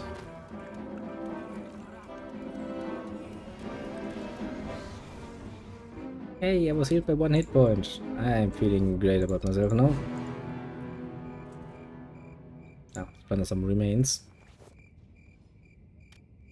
It is an auction to be held at the CD Tavern in the Docks District. It does not reveal exactly what will be for sale. It seemed to be suggested that anyone interested in surviving the plague should attend. Also mentioned that anyone bringing this to the attention of the city guard will be dealt with in a manner that suggests finality. See at the bottom is apparently that of the Blood Sailors, a group of pirates. The map on the back that shows the whole of the Docks District. See in terms of one of the larger buildings along the northern edge. The auto map has been updated. It's like Banks game. Hello there. Yeah, my friend, just sitting on the corner. Now the thieves are so thick in this area. Don't know anything about anything, just standing on the corner. But be careful with that gear of yours. Looks expensive. Worth a bit. Yeah. Hello there. What I fully know, but just as trolling. Do I look like a fool? I could see you casing me. Wasn't I? Didn't mean blessed. I never make the goal at this rate. Look, I didn't want any trouble. I was just looking for an easy mark. Obviously that ain't you, so I'll just be going. What do you need the gold for? I don't know. Just hear that a plague cure was coming up for auction at the CD Tavern. Just let me get back to work. Can you tell me about the auction? Me, I don't know much about it. It's at the CD Tavern. It's funded by Blood Sailors. That means Vanguard is involved somehow. You know about the CD Tavern. Nothing anyone else couldn't tell you. It's in the north central of the district. It's where the black market usually is. Let me can't even get in there. They've got a brick wall of a bouncer that won't let anyone in. Isn't the Blood Sailor. And uniforms is hard to come by. Of course, maybe if we got enough gold together, she might say different. I don't know. Wanna tell me about Vanguard and the Blood Sailors? Anyone that stays around here for long hears about Vanguard Blood Sail. He's flashy, but he likes showing off. The Blood Sailors are his pirates, mostly. What do you mean by that? It's a big group. One guy can't run the whole thing. One girl, he's a showman. She needs some organizers too. Maybe his first lieutenant is hot under the collar right now. What's his name? Sing anything else. I don't know anything else. You just sold somewhere else. Oh, probably not your area. Just be on my way. Ah, make sure of that, please. Now we have the whole map. It's like, I don't really want that. Because that makes exploration a bit more painful than it needs to be. Strictly speaking. I don't even think I can sell those fucking things. Alas. I'll take it. Just because I don't want to have fucking loot lying around everywhere.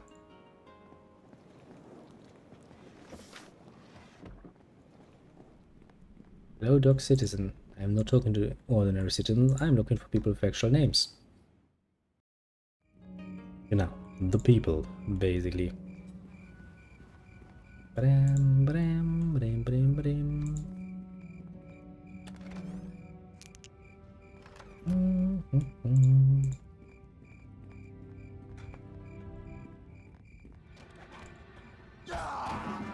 Bam, you're dead. Bam, you're all dead. I love Cleave Attack. Cleave Attack is awesome. It allows you to do horrible things to enemies. If it hits. I think you can actually upgrade that to the point where it's even more useful. Because it's not limited to just one enemy. Fair enough. Can you open it actually?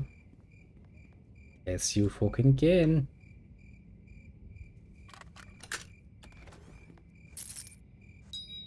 Sweet deal.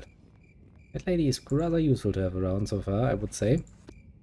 Not only can she heal, cast spells and do other nonsense. Oh, she also can open bloody freaking locks. Like an all-in-one combo pack. And reminds me that Bard class is actually not a bad class to play at. A bit of a, you know. I'll put you in your place. All trades for a little bit. Although, you know. A jack of all trades and master of none, basically.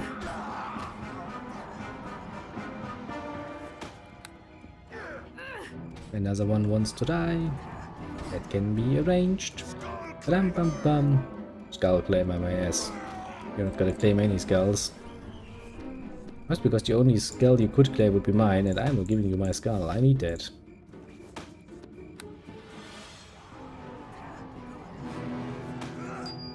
I would like to point out that that thing looks very good on my fucking head.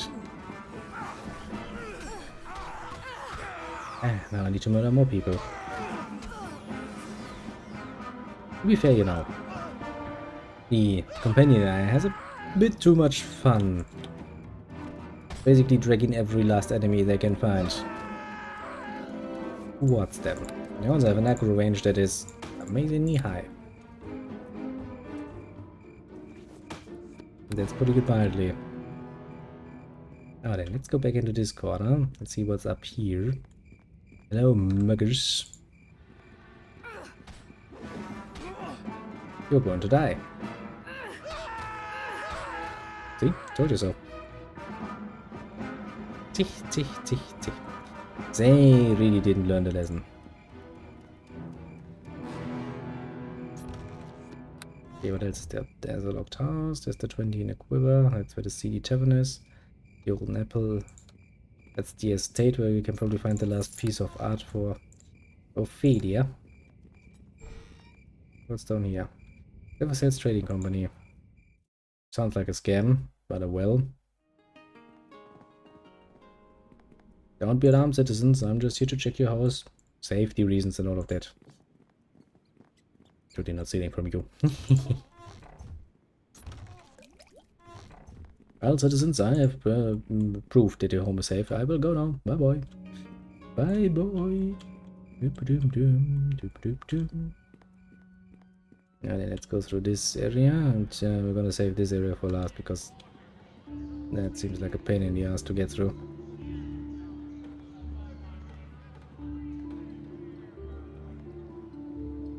Hello. Change. Yes, I'm your friendly neighbor. Wink, wink. Wink, wink, wink, wink.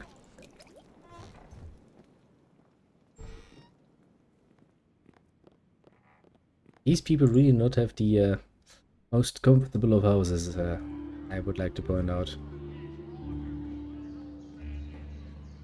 We shall not be defeated! Welcome back, little Kronos. Welcome back indeed. I have been continuously busy murdering, you know, everyone that I can find. To battle! While my companion is busy drawing quite literally every last living creature they can find towards them, for some good reason. Or bad reason, depends. You won't. See what I want to play. I really feel like Citizen Sleeper tonight. Yeah. I mean, to force yourself, that's really, really demotivating, to put it mildly.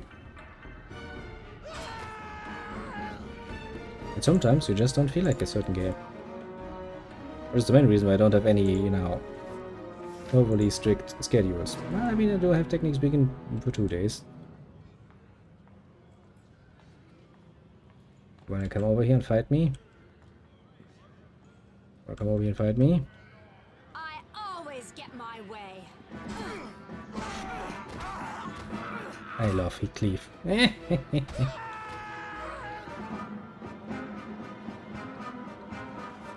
After all, I need to avenge my little companion who died such a horrible death to those fucking assholes.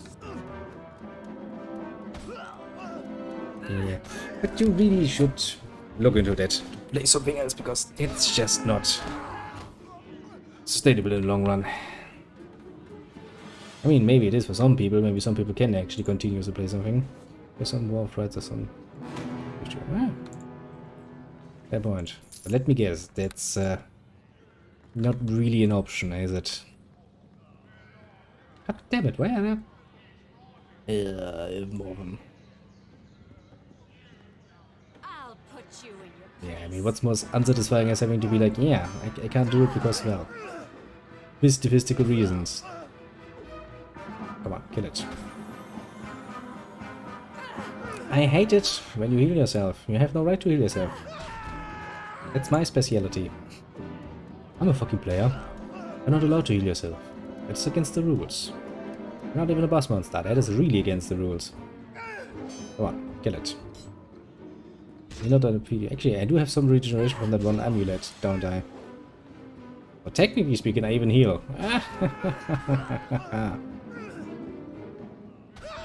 Okay, it's high time to get my little companion back into action, because I'm out here bleeding.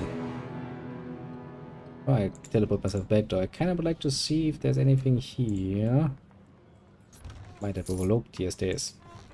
But it might just be 5 gold, but you know, 5 gold is 5 gold. Bam. Yeah then. Inventory full.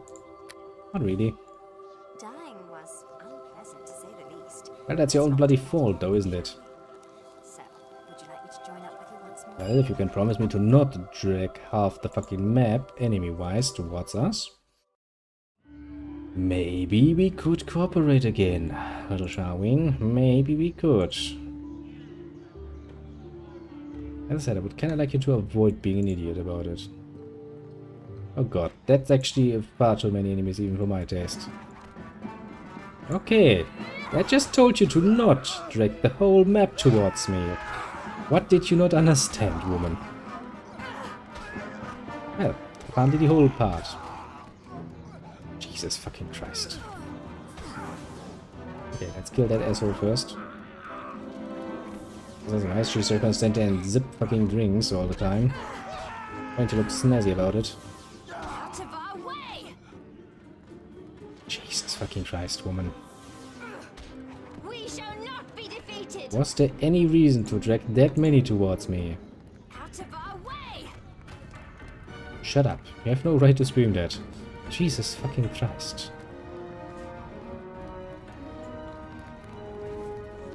So we don't know way to be like, okay, yes, we probably will have to, well, either teleport out or just accept that we die.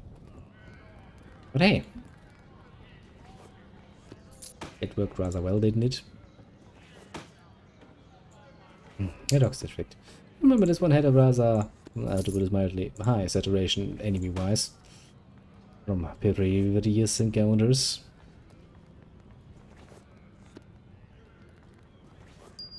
I think it actually does some sort of respawning.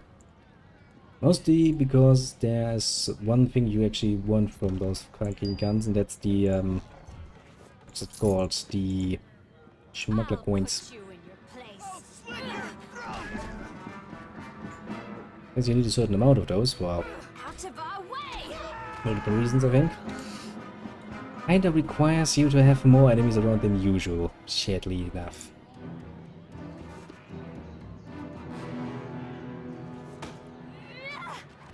Like, after you have read the same announcement for the same fucking auction for like the 20th fucking time, you do kinda reach the point where it's like, do I really want to read this again? Let's see if I can get just the most basic functionality of OBS and maybe try tonight. Any bells or whistles, but if I can at least play what I actually want. Yeah, I mean, that at least would be worth a lot, I think.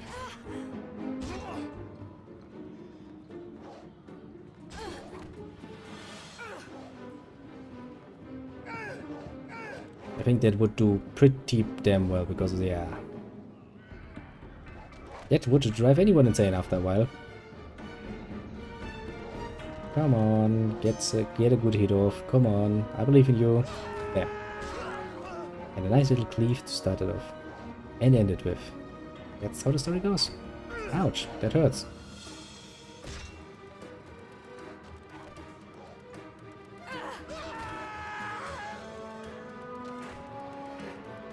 I mean, yeah. Can't be that hard to actually get it to somewhat work. If I hide here, will he actually follow me? I think he will. Yep. He's like, I need to get closer because I can't hit him.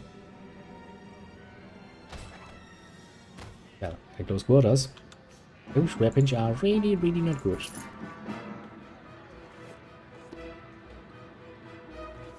No, I mean, how difficult can it really be? Usually programs like this should be set up in a way to be somewhat user-friendly.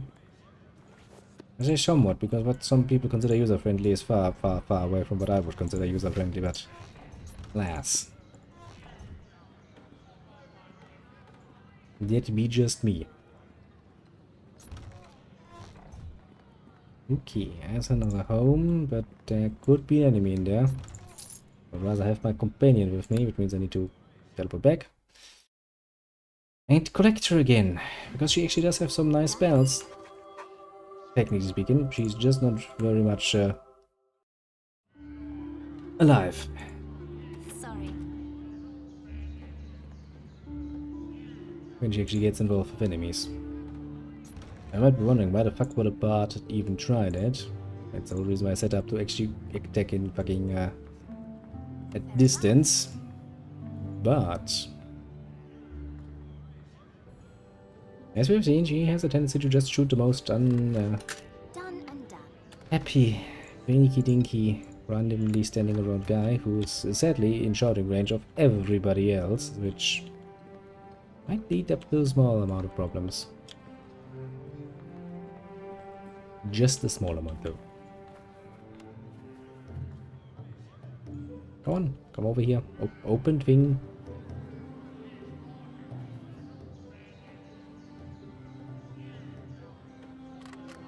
Done and done. Done, done, indeed. Now then. More stealing. I don't think we really have any need to approach the tavern just yet. I don't think they're just gonna let us stroll in there. Going with what we've heard so far. Especially not with that auction going on.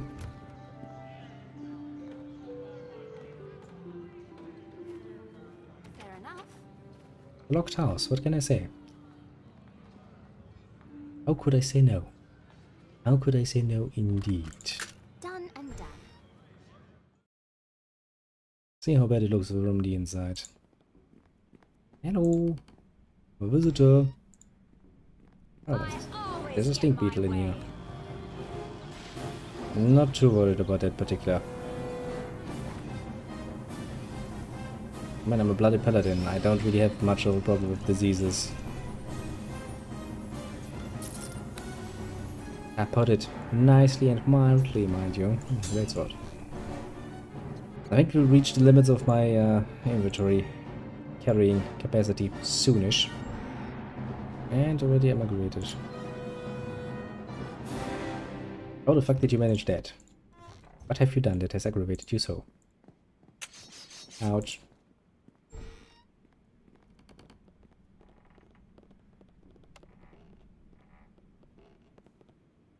Could you, you know...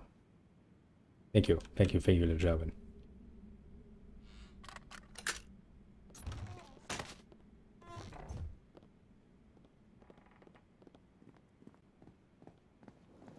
How could you be aggravated? Sound test to check the mic.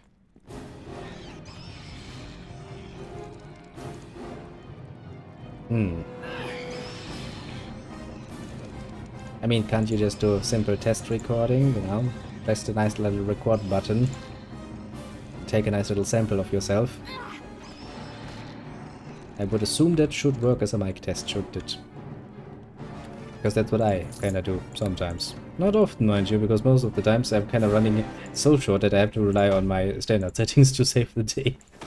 That's kinda work most of the time. So yeah, not a perfect solution, but it kinda does work. Bam, bam. Watch behind the big door, save the game, because there could be trouble. Ah, that looks like trouble. Below the dire spider, unmany a trap. I ain't gonna go on that. Bam. Let's not go onto the spider webs, shall we? That seems like a very bad idea. What's your challenge rating actually? Challenging, yeah, that's not a problem. Mostly.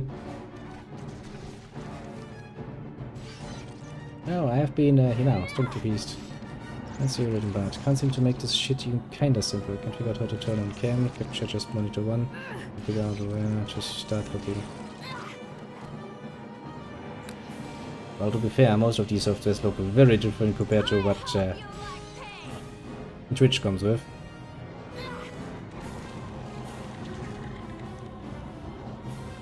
I mean, usually, I don't know, maybe OBS was the same. So basically, then you would need to set up a nice little scene, then you need to determine from which source to get information, and that's basically it. Mostly. It's really hard to imagine, because I don't think I've looked at that particular program, honestly. I'm poisoned.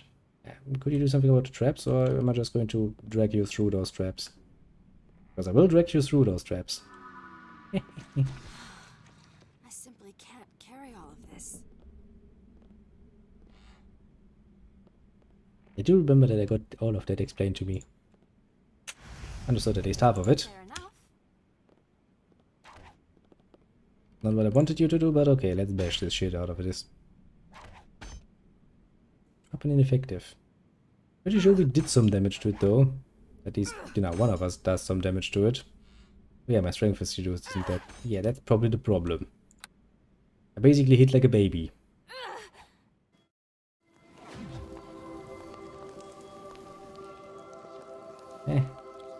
How the fuck can you run now again? Where the fuck are you running? Oh, you're running back to the chest, aren't you? Immediately she's like, I am just going to go run back to the chest and fight the chest for you again. Ah, AI. You're somewhat special. You are a welcome. We are all. I'm injured. Can you heal me, please? Because I feel like shit. Farewell. It should be easy. With one of managed to learn how to get it to capture specifically war rights, which tells me if I want to change games, I'll have to tell the source to cap it instead. It kinda depends. If you have set up a nice little scene where all of your sources are in, then you just need to basically change this a little bit in the basically one right click. and then select the next game you want to capture. Or, well, technically you could also change it to just capture a specific monitor, or you could probably set it to capture a specific window. Some options. You like pain. Yeah, I'm just going off Streamlabs, you know, because that's the one I know best, but I don't think OBS should be that much different, realistically speaking. Actually, how the fuck does it look, comparatively speaking? Send me a picture or something. I want to look at that, see how it is different from what I use. Oh, the baby's crying. Ah, that's doubly painful. Yeah, you do that. It needs to take precedence. Interesting. I don't think I've taken a look at bloody friggin' OBS in a while, to put it fairly and squarely. I'm not judging, you know. It's probably not a bad program. Just that you know. You know what is, once you get used to something, rarely does one change without a fucking good reason to do so. Because that's just how humans are by nature. Hey Jace, anything to say? I greet you, my child. Gone, all gone, there's nothing left. What the fuck are you? No matter, I was Jace, but I'm nothing now. All is gone. My home, my family, they burned it. What happened here? I was sick, you see. They got the wailing, took every precaution, but they still got it. Couldn't do anything to help. My children, my wife, all dead. My home deceased. What could I do? I burned it all. Burnt down your own home. Did I sleep in the bed they died in? Live in the walls that saw them river? Somewhat at least. Welcome back. I didn't know much about plagues, but I know they spread. Stayed sheltered, gave all the proper offerings, and my family still died. Came working. Nice. Who could I live there? Is there anything I can do for you? Oh, I don't know. Cure the willing death. How about that? Wouldn't that be something to cure now? Too late. I've nothing left. If I've nothing left at all. Nothing at all. Guess I have the shirt on my back, but I should probably burn that too. I have to buy another 28 quiver. Aha, if you can buy a shirt, you've got gold. Give it to me. Yeah, and let's not be an asshole to him. Farewell. See, you're taking steps in the right direction. Hey, if you can at least then fucking play what you want, and maybe set it up smartly so that it actually does automate most of the processes. And that's what I say is a pretty damn good deal for us. More variety. I like more variety. And 2 guards and, well, probably the merchant. Can I help you? Very interesting. Standard selection of EFS items as well, but they are probably not of interest to you. Are you a guard, aren't you? Persuade. How you will know if you don't show me? Come on.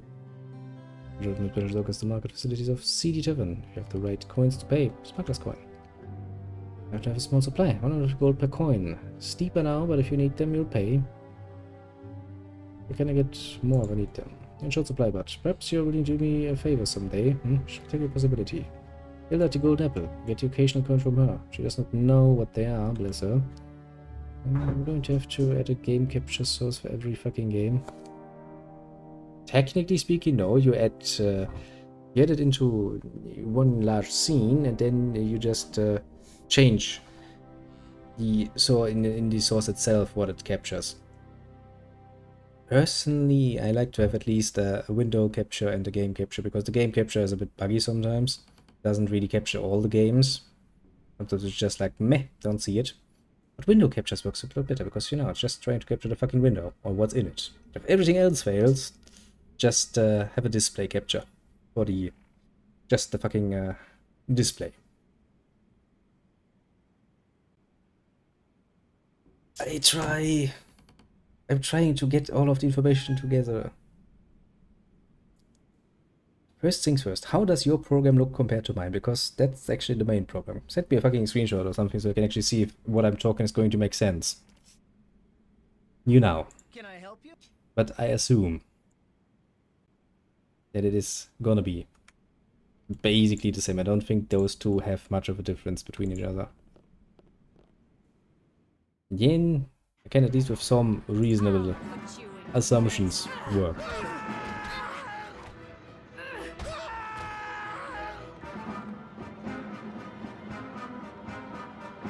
Because, you know, making things easy. Beep, beep.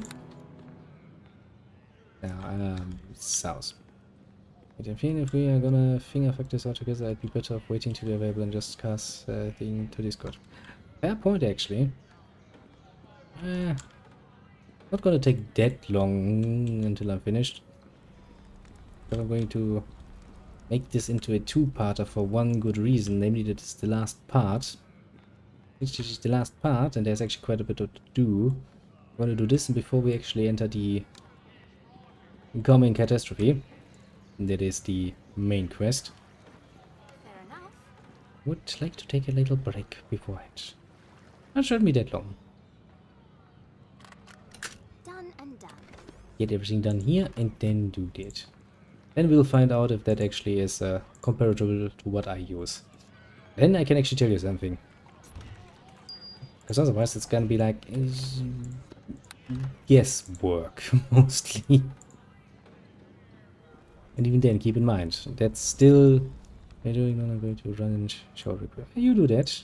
Get yourself a nice shower, get some freshness. Wake up your mind, because... shit, I actually have to wake up my mind too, because that's something I'm not doing. Run wash my ass. Yeah, go wash your ass. Yes. I promise to at least try not to shove anything up there too brutal. Mostly because I actually am seeing information myself. Yes, hello there. I'm a Himmelmeisterson, from of Agnes and our manservant Morden. Wonder by chance if you've seen a man named Kalik. He has an amulet of mine and he seems to have forgotten us. Forgotten? I told you he was not to be trusted. Whatever what you said, my dear, if you will just let me speak to this nice woman. What seems to be the trouble? Well, it's embarrassing. You see, we were led to believe that passage out of Neverwinter could be had here, fleeing the quarantine. Arranged for transport that would leave from the docks. Traded an heirloom amulet to a man who swore he was honest. Well, I can swear that you are competent, but that doesn't make it true. Who was this man? A strapping jet. Kalik was his name. He was soon to come into his own ship. We'll be stealing that as well. Honestly, Hamel, you can be such a fool. Oh dear, you seemed honest enough. He may yet return. It has only been a day. You paid with an amulet. It was a valuable heirloom. It was a high price, but for the safety of my loved ones, I decided not to quibble. But it was a ruse. Kalik made vague promises and you handed over everything. Nothing is proven here. Still would like your assurances. It was a valuable amulet, after all, passed down by my forefathers. I suppose I could look into it for you. Most appreciative if you could. Mr. Kalik does appear to be taking an inordinate amount of time. It was already a ship, but when he left, he went inland. He dropped some sort of auction notice. We got one already, knowing the area as you must. Doesn't do me much good. I'm a stranger here. Please, return my amulet if you find it. I will have the Masterson Crete. You know I'm breaking quarantine. I just want back what's mine. Fair fucking point. Understandable, even. One might say. Sorry. Okay, and let's go to the docks and plunder the rest of the docks. Just real quick like.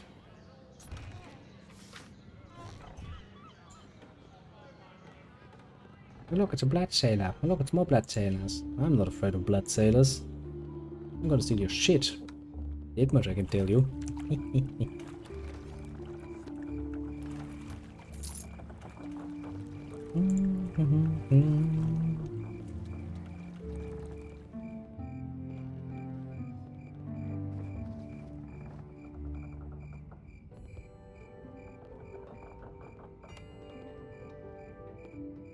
They really don't care, do they?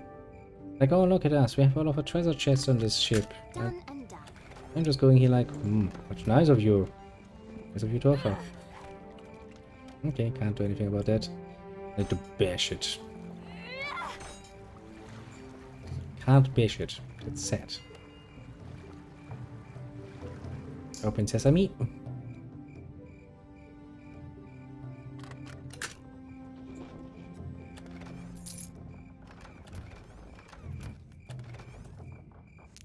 Brooch. Hey, look, that's probably the brooch that the half-orc wants. What's his name?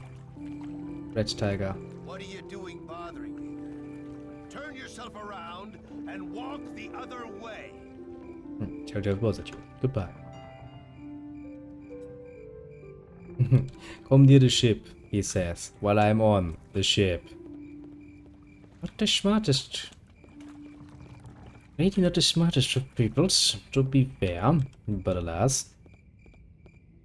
And what can you do? They are all just fucking pirates. Okay, we can go in here, that's good, because I think that actually leads to... There's one way to lead to where we want to go. Basically.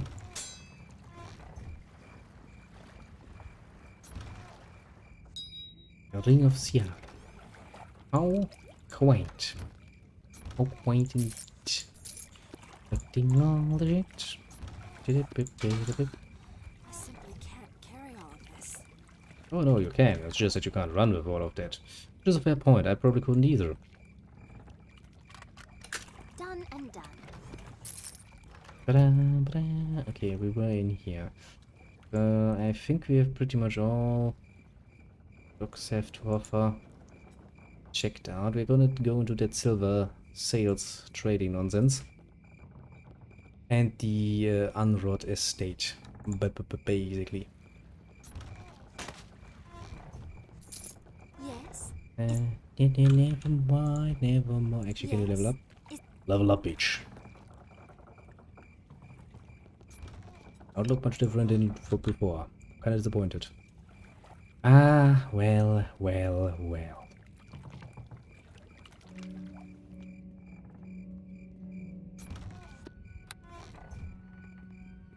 Not too much about that, can I? A rapier. I greet you. The voice line is like very friendly. It's like I greet you. The written line is get fucking lost. But the most polite of, well, orcish creatures I've ever seen. Yet again, orcs are not renowned for their great manners. To be fair. Fair enough. Open chest, please. Come on, open chest. Don't let me wait here.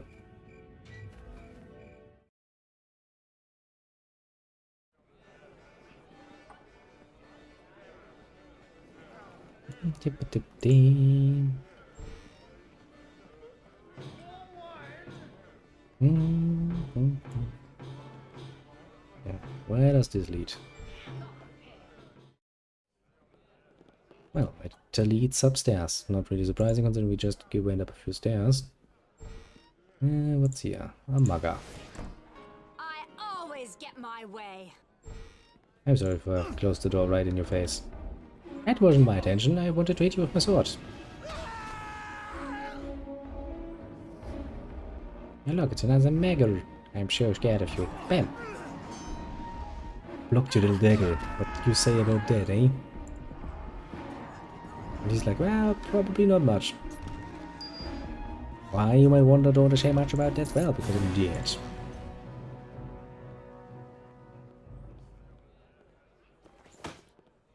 Ah, that fucking auction announcement. I think I have like 20 fucking copies in my inventory at this point. Ugh, what's a man supposed to be doing with all of that? I guess I can use the paper to wipe my ass. Eat something.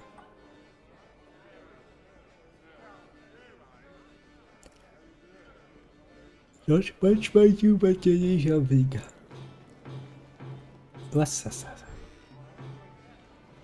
Well, will you look at that? Free stuff. Fair enough.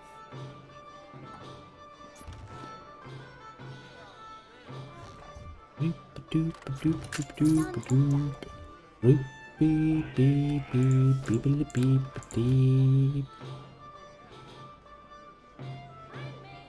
business to you. Sorry, but the kitchen is closed tonight. Not my business, but with the plague and all. Did anything strange? Found anything odd? Yes, actually, Smuggler's Coin, I think it's called. Get them from time to time. Not things.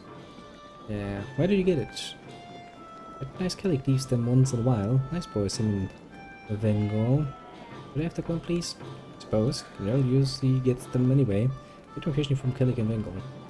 Who's Jirul? Where can I find him? Owns the 20 in the quiver store. Cease to fear. If I could find Calico Venerable. I don't know.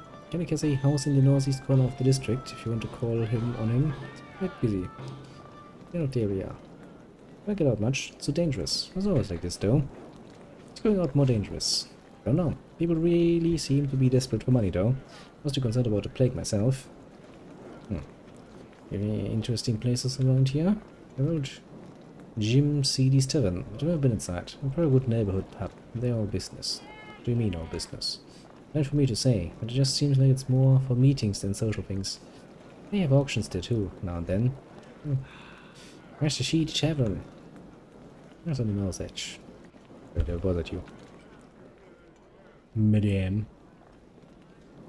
Let me take a quick look into your kitchen if you have anything in there that I could steal from you.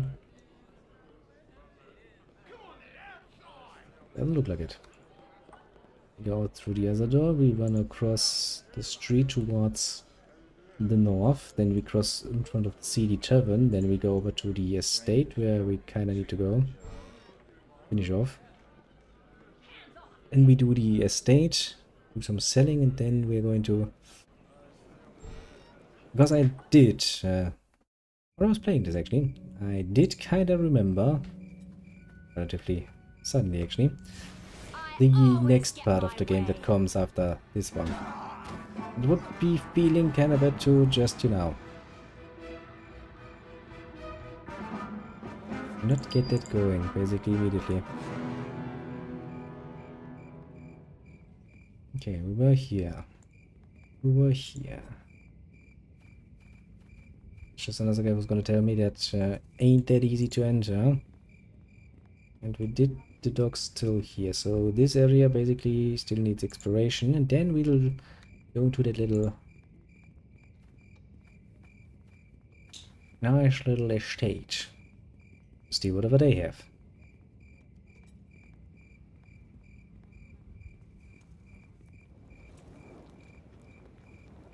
Because you know, business and all of that.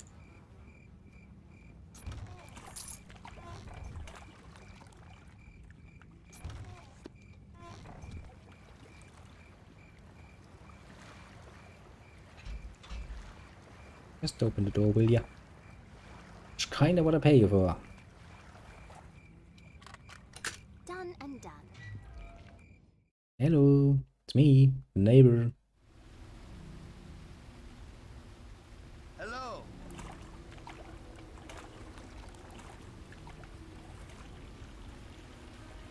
Yeah, I kinda figured I couldn't just... Okay, this definitely looks also like a way that we could cross, potentially. Fair enough. Or is this actually the exit area?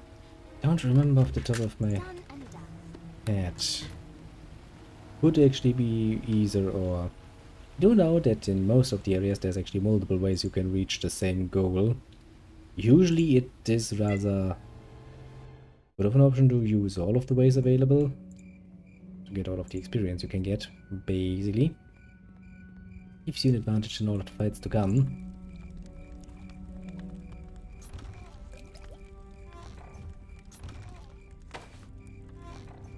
It doesn't look like armor, that looks like a bloody dress game.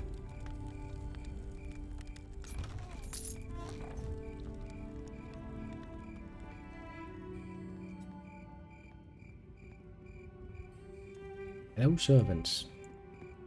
You're anything like the other ones, you're going to run away from me like a little bitch.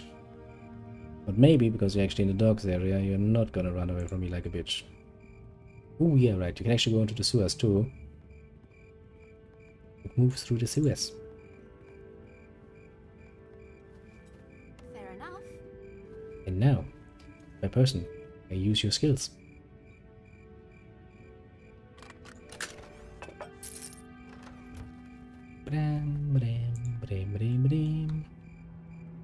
I think the only things I could have done better actually with the enhanced version is they could have actually given you the inventory management of your companions that the other modules actually have. Because that does help a lot.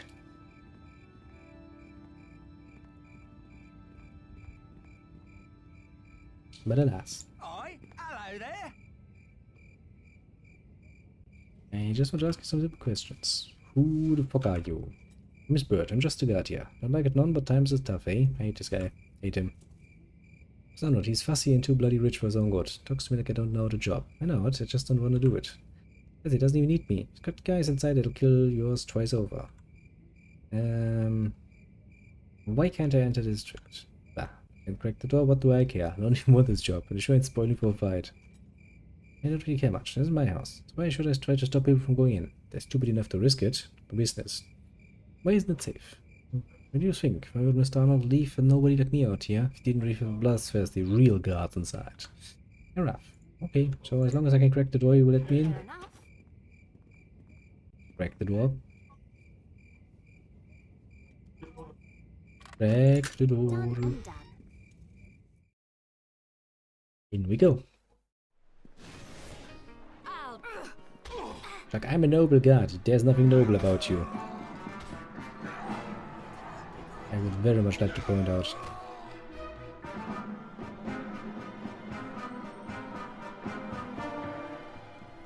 Now then, time to sell some items so that we can actually run again. Because if we continue to go that slowly, I'm probably going to go insane at some point.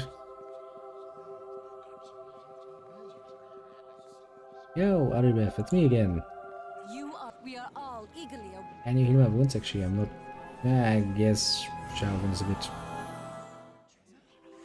bit damaged. Okay, I can sell those at least. God bless it for that.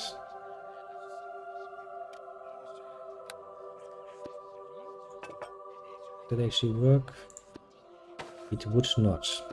Does not give me more AC. Coming off sign, it's just magic lightning basically. It gives you light source. Like, wow, look at me, I have a light source now. And everybody else is like, yep. Same with this one, see? Light 15 meters wide. That's all you're gonna get out of that.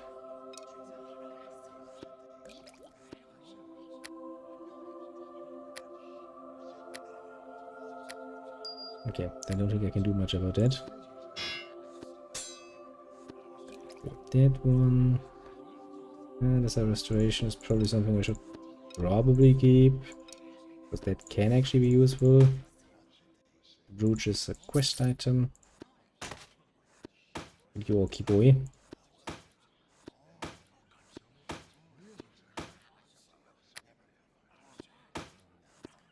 Jesus Christ, do I have a nice collection of fucking invitations?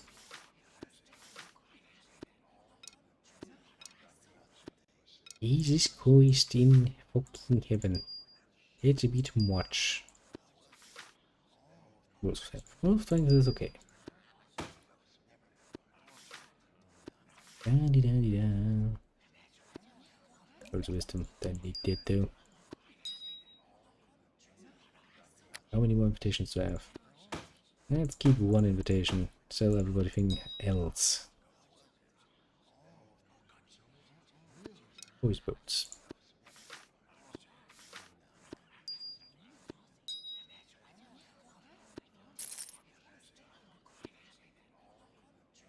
This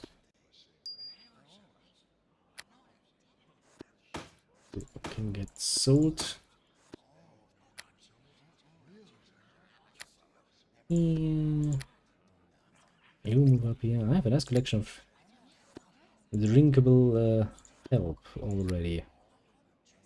Should serve me well in the future. This is +1. I'm relatively sure I can sell those.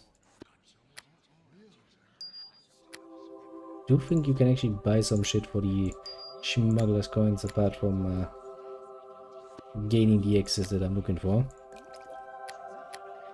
At least I think so. Put that in here. Wow. Can teleport it there back to the mansion and steal shit. A very, you know, paladin thing to say and do is stealing from the rich. To give it people that are pretty much as rich. Don't question it, it's paladin logic.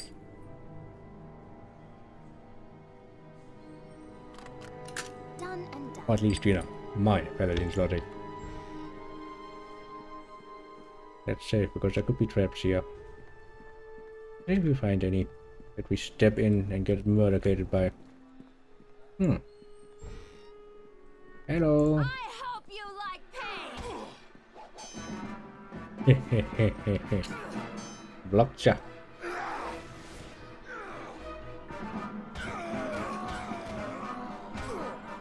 I love Cleave.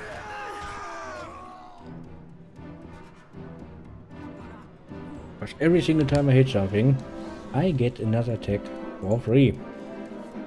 As I know, hitting it to kill it. Kill it, it's dead, I get the attack.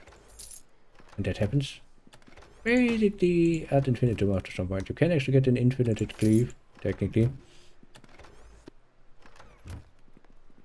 But I think the next level of cleave actually has the ability to continuously cleave. And cleave, and cleave, and cleave some more.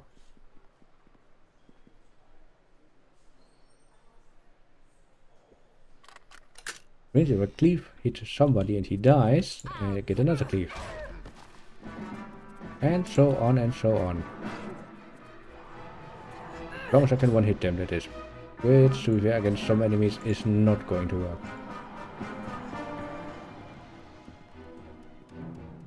Oh, but alas. Alright, come on. Kill the NPC. Fair enough. Yes, I would actually like you to do that the first time. Done and done. Oh no, oh my god, I'm so afraid.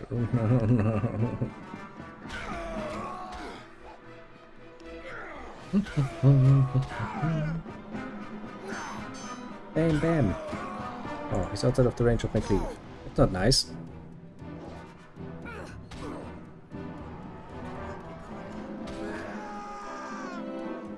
You were lucky once, punk.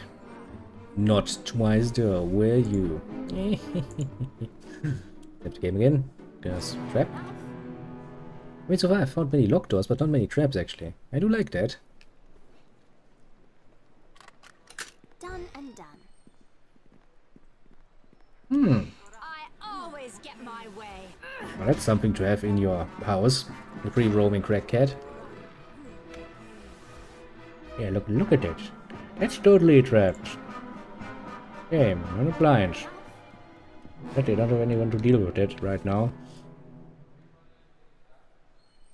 Because little Charween is good at many things. Opening the locks for me, but she's not that good with traps. Fair enough. And now, I'm a fair person. Just ask you to do the work that you can. Ba-dam! More gold.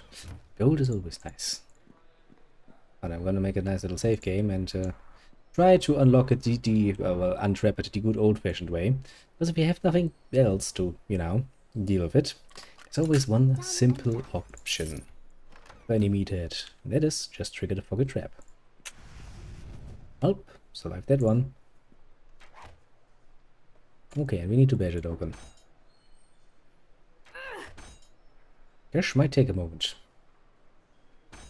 Good thing is that one item I got actually has regeneration, which means I do heal a tiny bit. Not much, mind you, but a tiny bit. Check out what heads behind the next door. Because it might be a fight, and a fight in this state is probably not a good idea. Done and done. No, Jerk! please. Whatever you're here for, just take it and go. Tell Mistress Afala that I'm sorry I caused her distress. I'm sorry. Relax, I'm not here to hurt you. Open my doors, sullied my home, and you're probably rife with plague. You already hurt me. All for the blasted statue. Bit dumb or cute. Now what's it about? I'm sorry, and that I won't bother her again. Take the damn statue and just get out. Where's the statue she wants? Why is it important? She didn't send you, I'll pay her yearly for saying anything. If it sent you, she'd have told you if you were supposed to know. Suffice it to say, and that if you take the matron Moonstone to a ball, make sure you don't leave with her sister. No amount of tributary artwork will save your hide from her wrath. Just take it. City is my dresser, along with the master key for most of my locks. I'm going now. Key around here somewhere that will unlock everything. I have returned. Clean ass and tame hair. Neato, Fair welcome enough. back. Fair enough. Fair enough. Where's the dresser that you're supposedly having your key Fair in? enough. Okay, let's start with this one.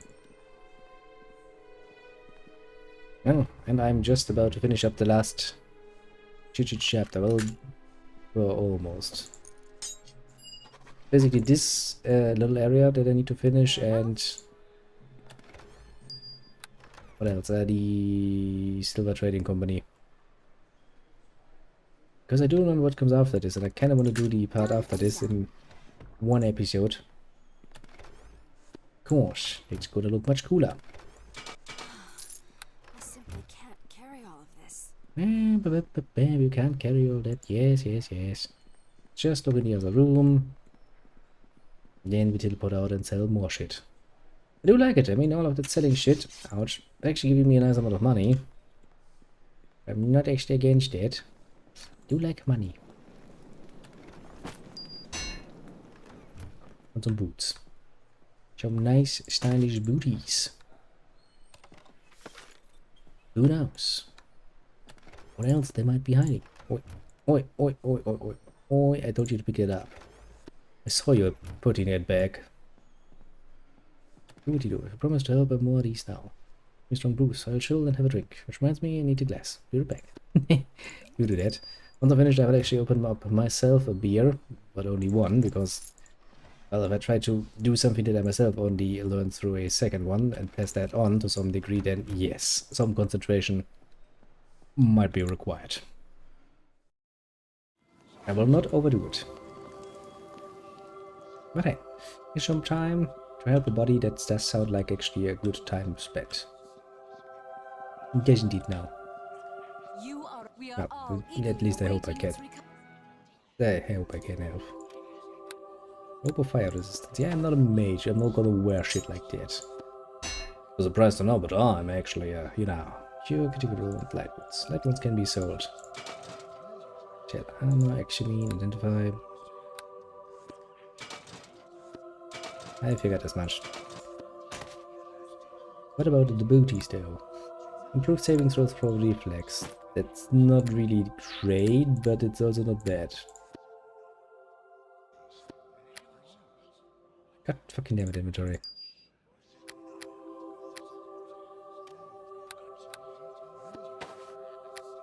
That was a glyph of 99 proof booze. Alright. The Americans used that proof system. The German, how strong your booze. Your booze, actually. Exactly, I was like, what? Proof? Proof is in the pudding? No, no. I've also decided that I will get myself one beer, because, well, after I'm done here, because, well, you know, a bit of concentration might be necessary if I try to explain concepts like that. Why is it called 99 proof if it's 49.5 alcohol? So that sounds like rum. Just going off the numbers. Good rum even. Most place in my turn. I'm not gonna sell my dress. I love this dress. Look, number half it, that's the percentage. And why don't you just write the bloody percentage on it? It would be a lot easier. It's not rum. Okay. Still, pretty strong stuff, isn't it? It's actually called 99. Makes you wonder why the Americans always feel the need to be special. Same with that whole, you know, Fahrenheit thing. It's like, yeah, let's be special about it. You cannot win! I can win. Oh, 99 enter the flavor, so this is 99 mangoes. Ah. Bit of a sweet mixed into the alcohol. A bit like a cocktail. Damn, I haven't drank cocktails in a while. I do remember one times when we were out and actually having cocktails and I was like, there's one. What was it called? I don't even remember. It was made of like 14 different alcoholica. Fair enough. You know, most liquor around here is sold straight. You want flavor in that. You have to add that yourself. Or mix it yourself. God damn it, I managed to trap myself, I feel. God damn it, game. Next game. Something looks like I don't want to teleport out here again and come back here again. Right, I guess that are some local differences. Kinda to be expected. Now then, finishing up this estate shouldn't take long. I'm still gonna save in case there's some deadly traps that I don't want to run into. I mean, you know, I'm not level 1 any longer, so I do as a paladin have a nice 61 HP. I'm sure if you had a flavored vodka or good maple whiskey, right? Can't say that I have, no. I've had vodka, but vodka is sold straight. Anything else, basically mixed drinks are not a thing. And whiskey, basically the same deal. You get it straight, and that's it. I think it has something to do with how the law is handling that.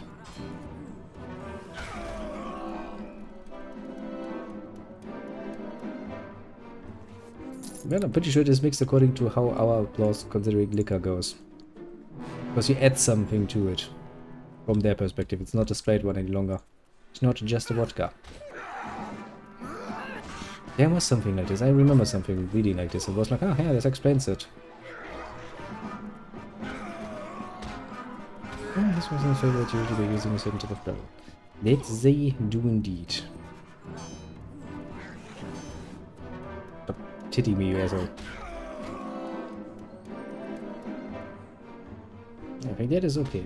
But still, I think pretty much they will still be just forced to call it simpler. Could actually be that I had that one. What I actually should look up.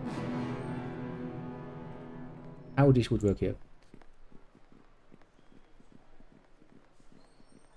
I know I do have whiskies that have been aged in other alcoholic barrels. Yes, some. Actually quite a few in my collection, to be fair. One actually, you know, used for aging syrup? No. That would be rather surprising to find. I also don't think that since most of our whiskies are, at least are based on or directly from Scotland, I don't think the Scottish actually do that particular thing. Interesting though. Maybe I can get a bit of that. It sounds interesting.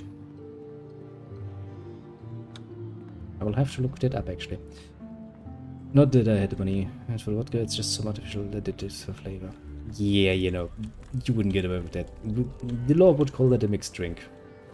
That would be a problem, because then it had A, too much in the way of actually, you know, as you said, proof, because there's too much actual alcohol percentage in it to be a mixed drink, and B, the flavor would kind of make sure that you can't sell it just as vodka. It can do one thing right, it's making tasty strong whiskey. I mean, to be fair, you do have your own branch of whiskies, of the whole bourbon thing going on. There's some better ones, some not so good ones, but that's the same basically for fucking everything, so... Just keep in mind that German laws when it comes to alcohol are special. Very special. Actually, they are somewhat strict. And restrictive in that. In Kentucky, Tennessee bourbon against the equivalent from anywhere in the world. Well, I mean, a good single malt of the Scotch Rewind. Highland Park, for example. Probably wouldn't, you know... dislike that one either.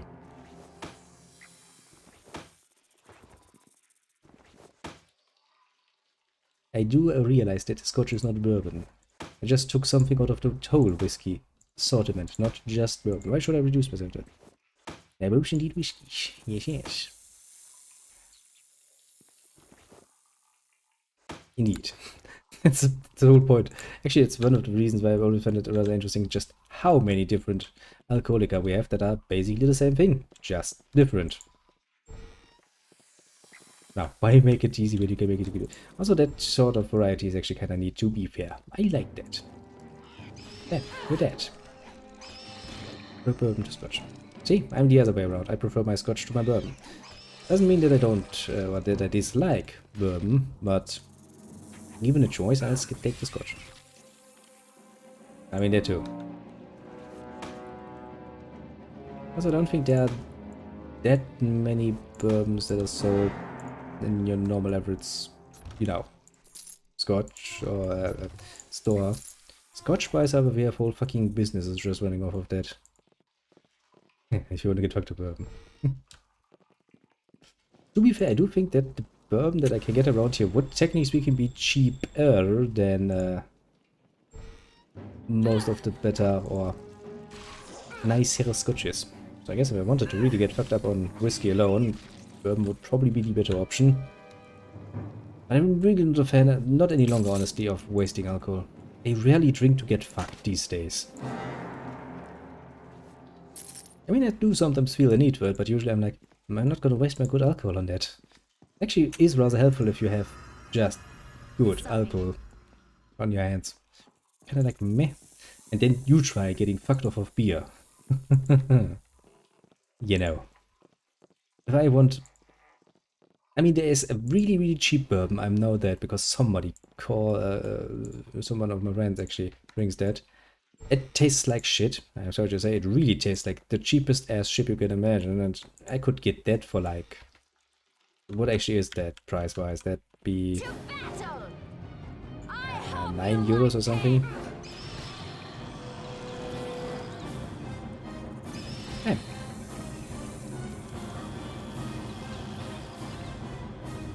Oh look, it's Sarcastic. But with that, isn't it a cap? It's usually not something you really want to fight necessarily, though I'm rather tough little assholes. Also, they can do this shit, which is fucking annoying.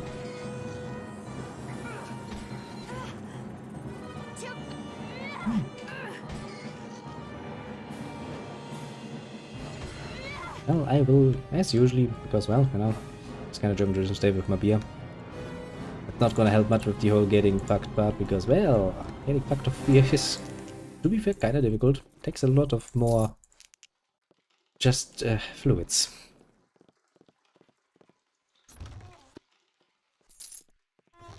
I sometimes miss the days when I drank that shit so fucking fast that would actually have an effect. Nowadays it's like, yeah, it's just tasty. Good taste. Innocence lost and all of that. Oh look, it's a trap.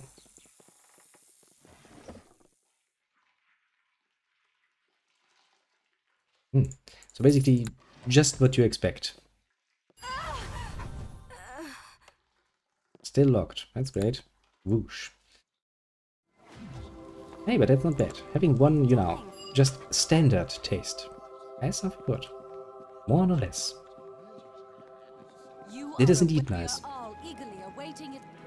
Honestly, it doesn't always need to be something special. Sometimes you just want a good, simple standard. It's like, you know, that we actually have a very strict setup when it comes to beer. Not that standard, we still have fucking assholish many variants. Most of them have at least a somewhat familiarity taste-wise to each other.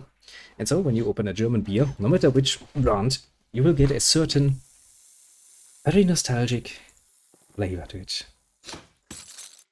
At least around here. The rest of the world does it very different, because the rest of the world is like, we can mix our beer however we want. No. We have the Reinheitsgebot. The Reinheitsgebot does say that there are only 3 things that are allowed inside it to be called a beer. It is indeed. It has been since the bloody fucking Middle Ages, a fucking high art. That's not distilling, you know, liquor. That's also art, in a way. Was this actually the last building? Yes, I think this was the last building. Means we go back to Ophelia and give her the thing. Then we go smack dab in front of the CD Tavern and prepare for next episode. Actually good timing wise, because we're in like what, 2 hours or so? Yeah, that means I can do one longer episode next Friday where I finish up the beasts and also the next part, because it would be a real cock block to stop right there in the middle, because the next part is kind of cool. I don't really want to break that up. A bit of a reassignment of what I wanted to do today, mind you, but not a bad one at all. See, I'm actually trying to make this somewhat reasonable, in my own way. I'm even thinking about how to do it. Tell me what you are. A chain shirt +1. Yeah, I kinda figured as much. How about you? You are a chain mail +1. Still not nearly as good as what I have. Sure enough. You can hold truly a long-lasting and interesting conversation about the just beer alone. That's not really giving up my time, honestly. I do it actually because I want to. Nothing else? Not a stolen item. I don't mention it.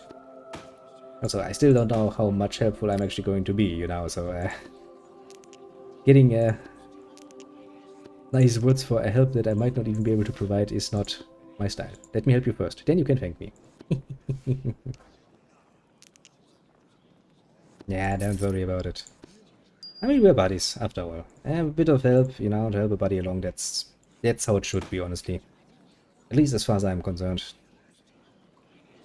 The world does not necessarily just need to run off the concept of, you know, everything needs to pay in cold hard cash. Sometimes you just want to do something nice because you like somebody else.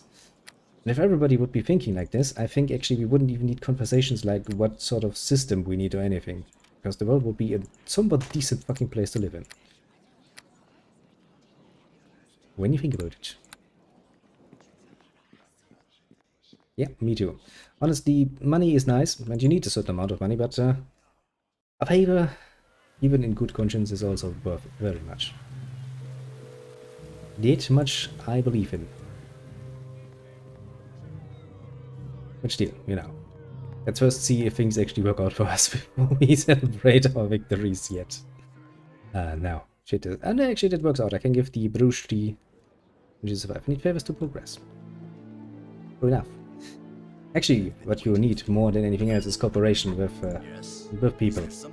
Because, you know, you only have so many skills you can learn and be good at, and just had to say it, you will need help along the way. That's just how it is. So, as for your story, is this the Bruges you were talking about? What was it, Bruges? Thank you. Can't really never repay you. No gold or treasure, I know, like everybody else. Among my people, there's nothing of value more than friendship. See, even Dale and Red Tiger agrees with us. Friendship is great. Good people to meet and have fun with. That's all great. Now what does this give me? Strength and immunity to fear. That's actually a very valuable thing when you think about it. Immunity to fear. But then again, I'm a paladin. I'm like, eh. Is there anything you fear, paladin? And the paladin is like, not really. Wait a second, is that the lower one? Yeah, that's the lower one. I'm an idiot. You go here. And I think I can actually put you in... No, I can't. Okay, now we go over to failure, and then we go back to... where we need to start next time. Then I will... I'll take a moment to take a piss, basically, because, well, I kind of feel like I need to. And I should probably do that, and then I will get myself a nice ice-cold beer. And then we're gonna start on this and see how far we can get. I still have some hopes. Because if OBS is anything like Steam Labs, then I can at least give you some basic fucking advice. Yes, I have some of the art objects. I have the statuette. Very good. I did like his work, but I certainly couldn't allow him to retrain this piece. Since things soared between us. Here, I'll pay you now for this piece. Excellent work. 400 gold should satisfy your pockets. If they are very similar, then this is going to work out splendidly. This is the last of them. These items were personal to me, and I'm more than willing to sweeten what I have already paid. Yeah, take this 400 and a little something special. It is sufficient. Thank you very much. Please, feel free to spend some of our rewards in the back room, provided you have met the conditions for entry, of course. Yeah, the condition is that I'm plague-free. You gave me some boots that I can't identify. God damn it, I have another key. I do like to keep quest items somewhat further away. Okay. Let's go back and collect my other companion again. But yeah, if so, then this should be easy. That also should make explaining things a lot easier. Because I can just let my little Steam Labs open and click around and show you things. Yeah. I mean, you know, my setup is basically not above basic functionality. There's some specialities to it. Or well, rather, let's say there are some options to make it a bit more special, but I'm a bit too unsure of trying that on my very own, and as long as the tech was not like you need to do something, I'm kinda avoiding it, to be fair.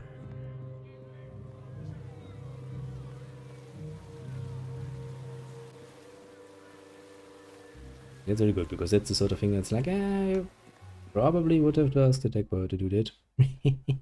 To be fair. Now, we could actually just quickly identify those booties and see what those booties do. Amateur wishes. Booties. What do booties do? Reflex. +3. I agree that that is great. Rico, portal. Come on, use the portal.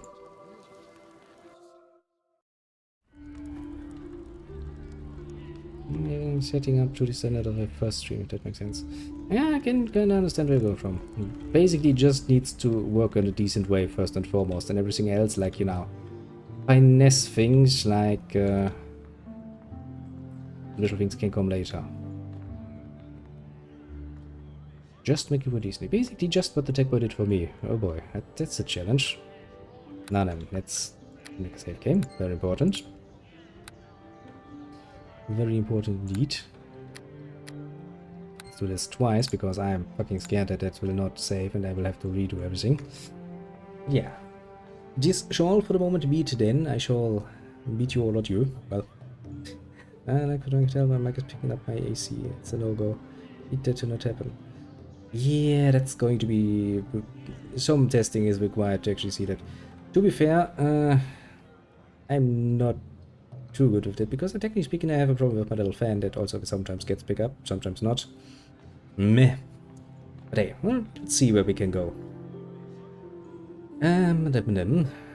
Is there anything else note-wise that I need to say before I cut this off? Such a nice point. I don't think so. Yeah, no, I don't think so. And as such, I shall not only bid you adieu, but wish you a huge one indeed. Let's go quickly through my list of people, which should be relatively short if I have seen this right. There is quite literally one person, which is the Kronos. And he stayed the whole time. Ah, and you have nothing else but a price for that one. And she's here, well, the only one on both sides actually, on Twitch and on YouTube. Everybody else who might or might not have dropped by, the lurking kind, do feel appreciated too. Pat yourself on the shoulder for your job well done indeed, and I shall be back tomorrow with more Grandia, mind you. I actually wrote it. It is a kind of fun game too. Very, very Japanesey. But it's kind of fun. Not that in mind. Bye bye, it shall be for the moment, which means I shall well, quickly get up, get myself something to drink and piss, and then I'm gonna give you a call. I would say, little Kronos, before I forget, because otherwise we're gonna miss each other. Probably being very smart, like, yeah, let's meet up, and I'll be like, okay, we never talked about how. But yeah, now you know. I'm gonna be gone for like 5 minutes at most, basically. And then we'll get this party rolling. So yeah, bye bye, it shall be.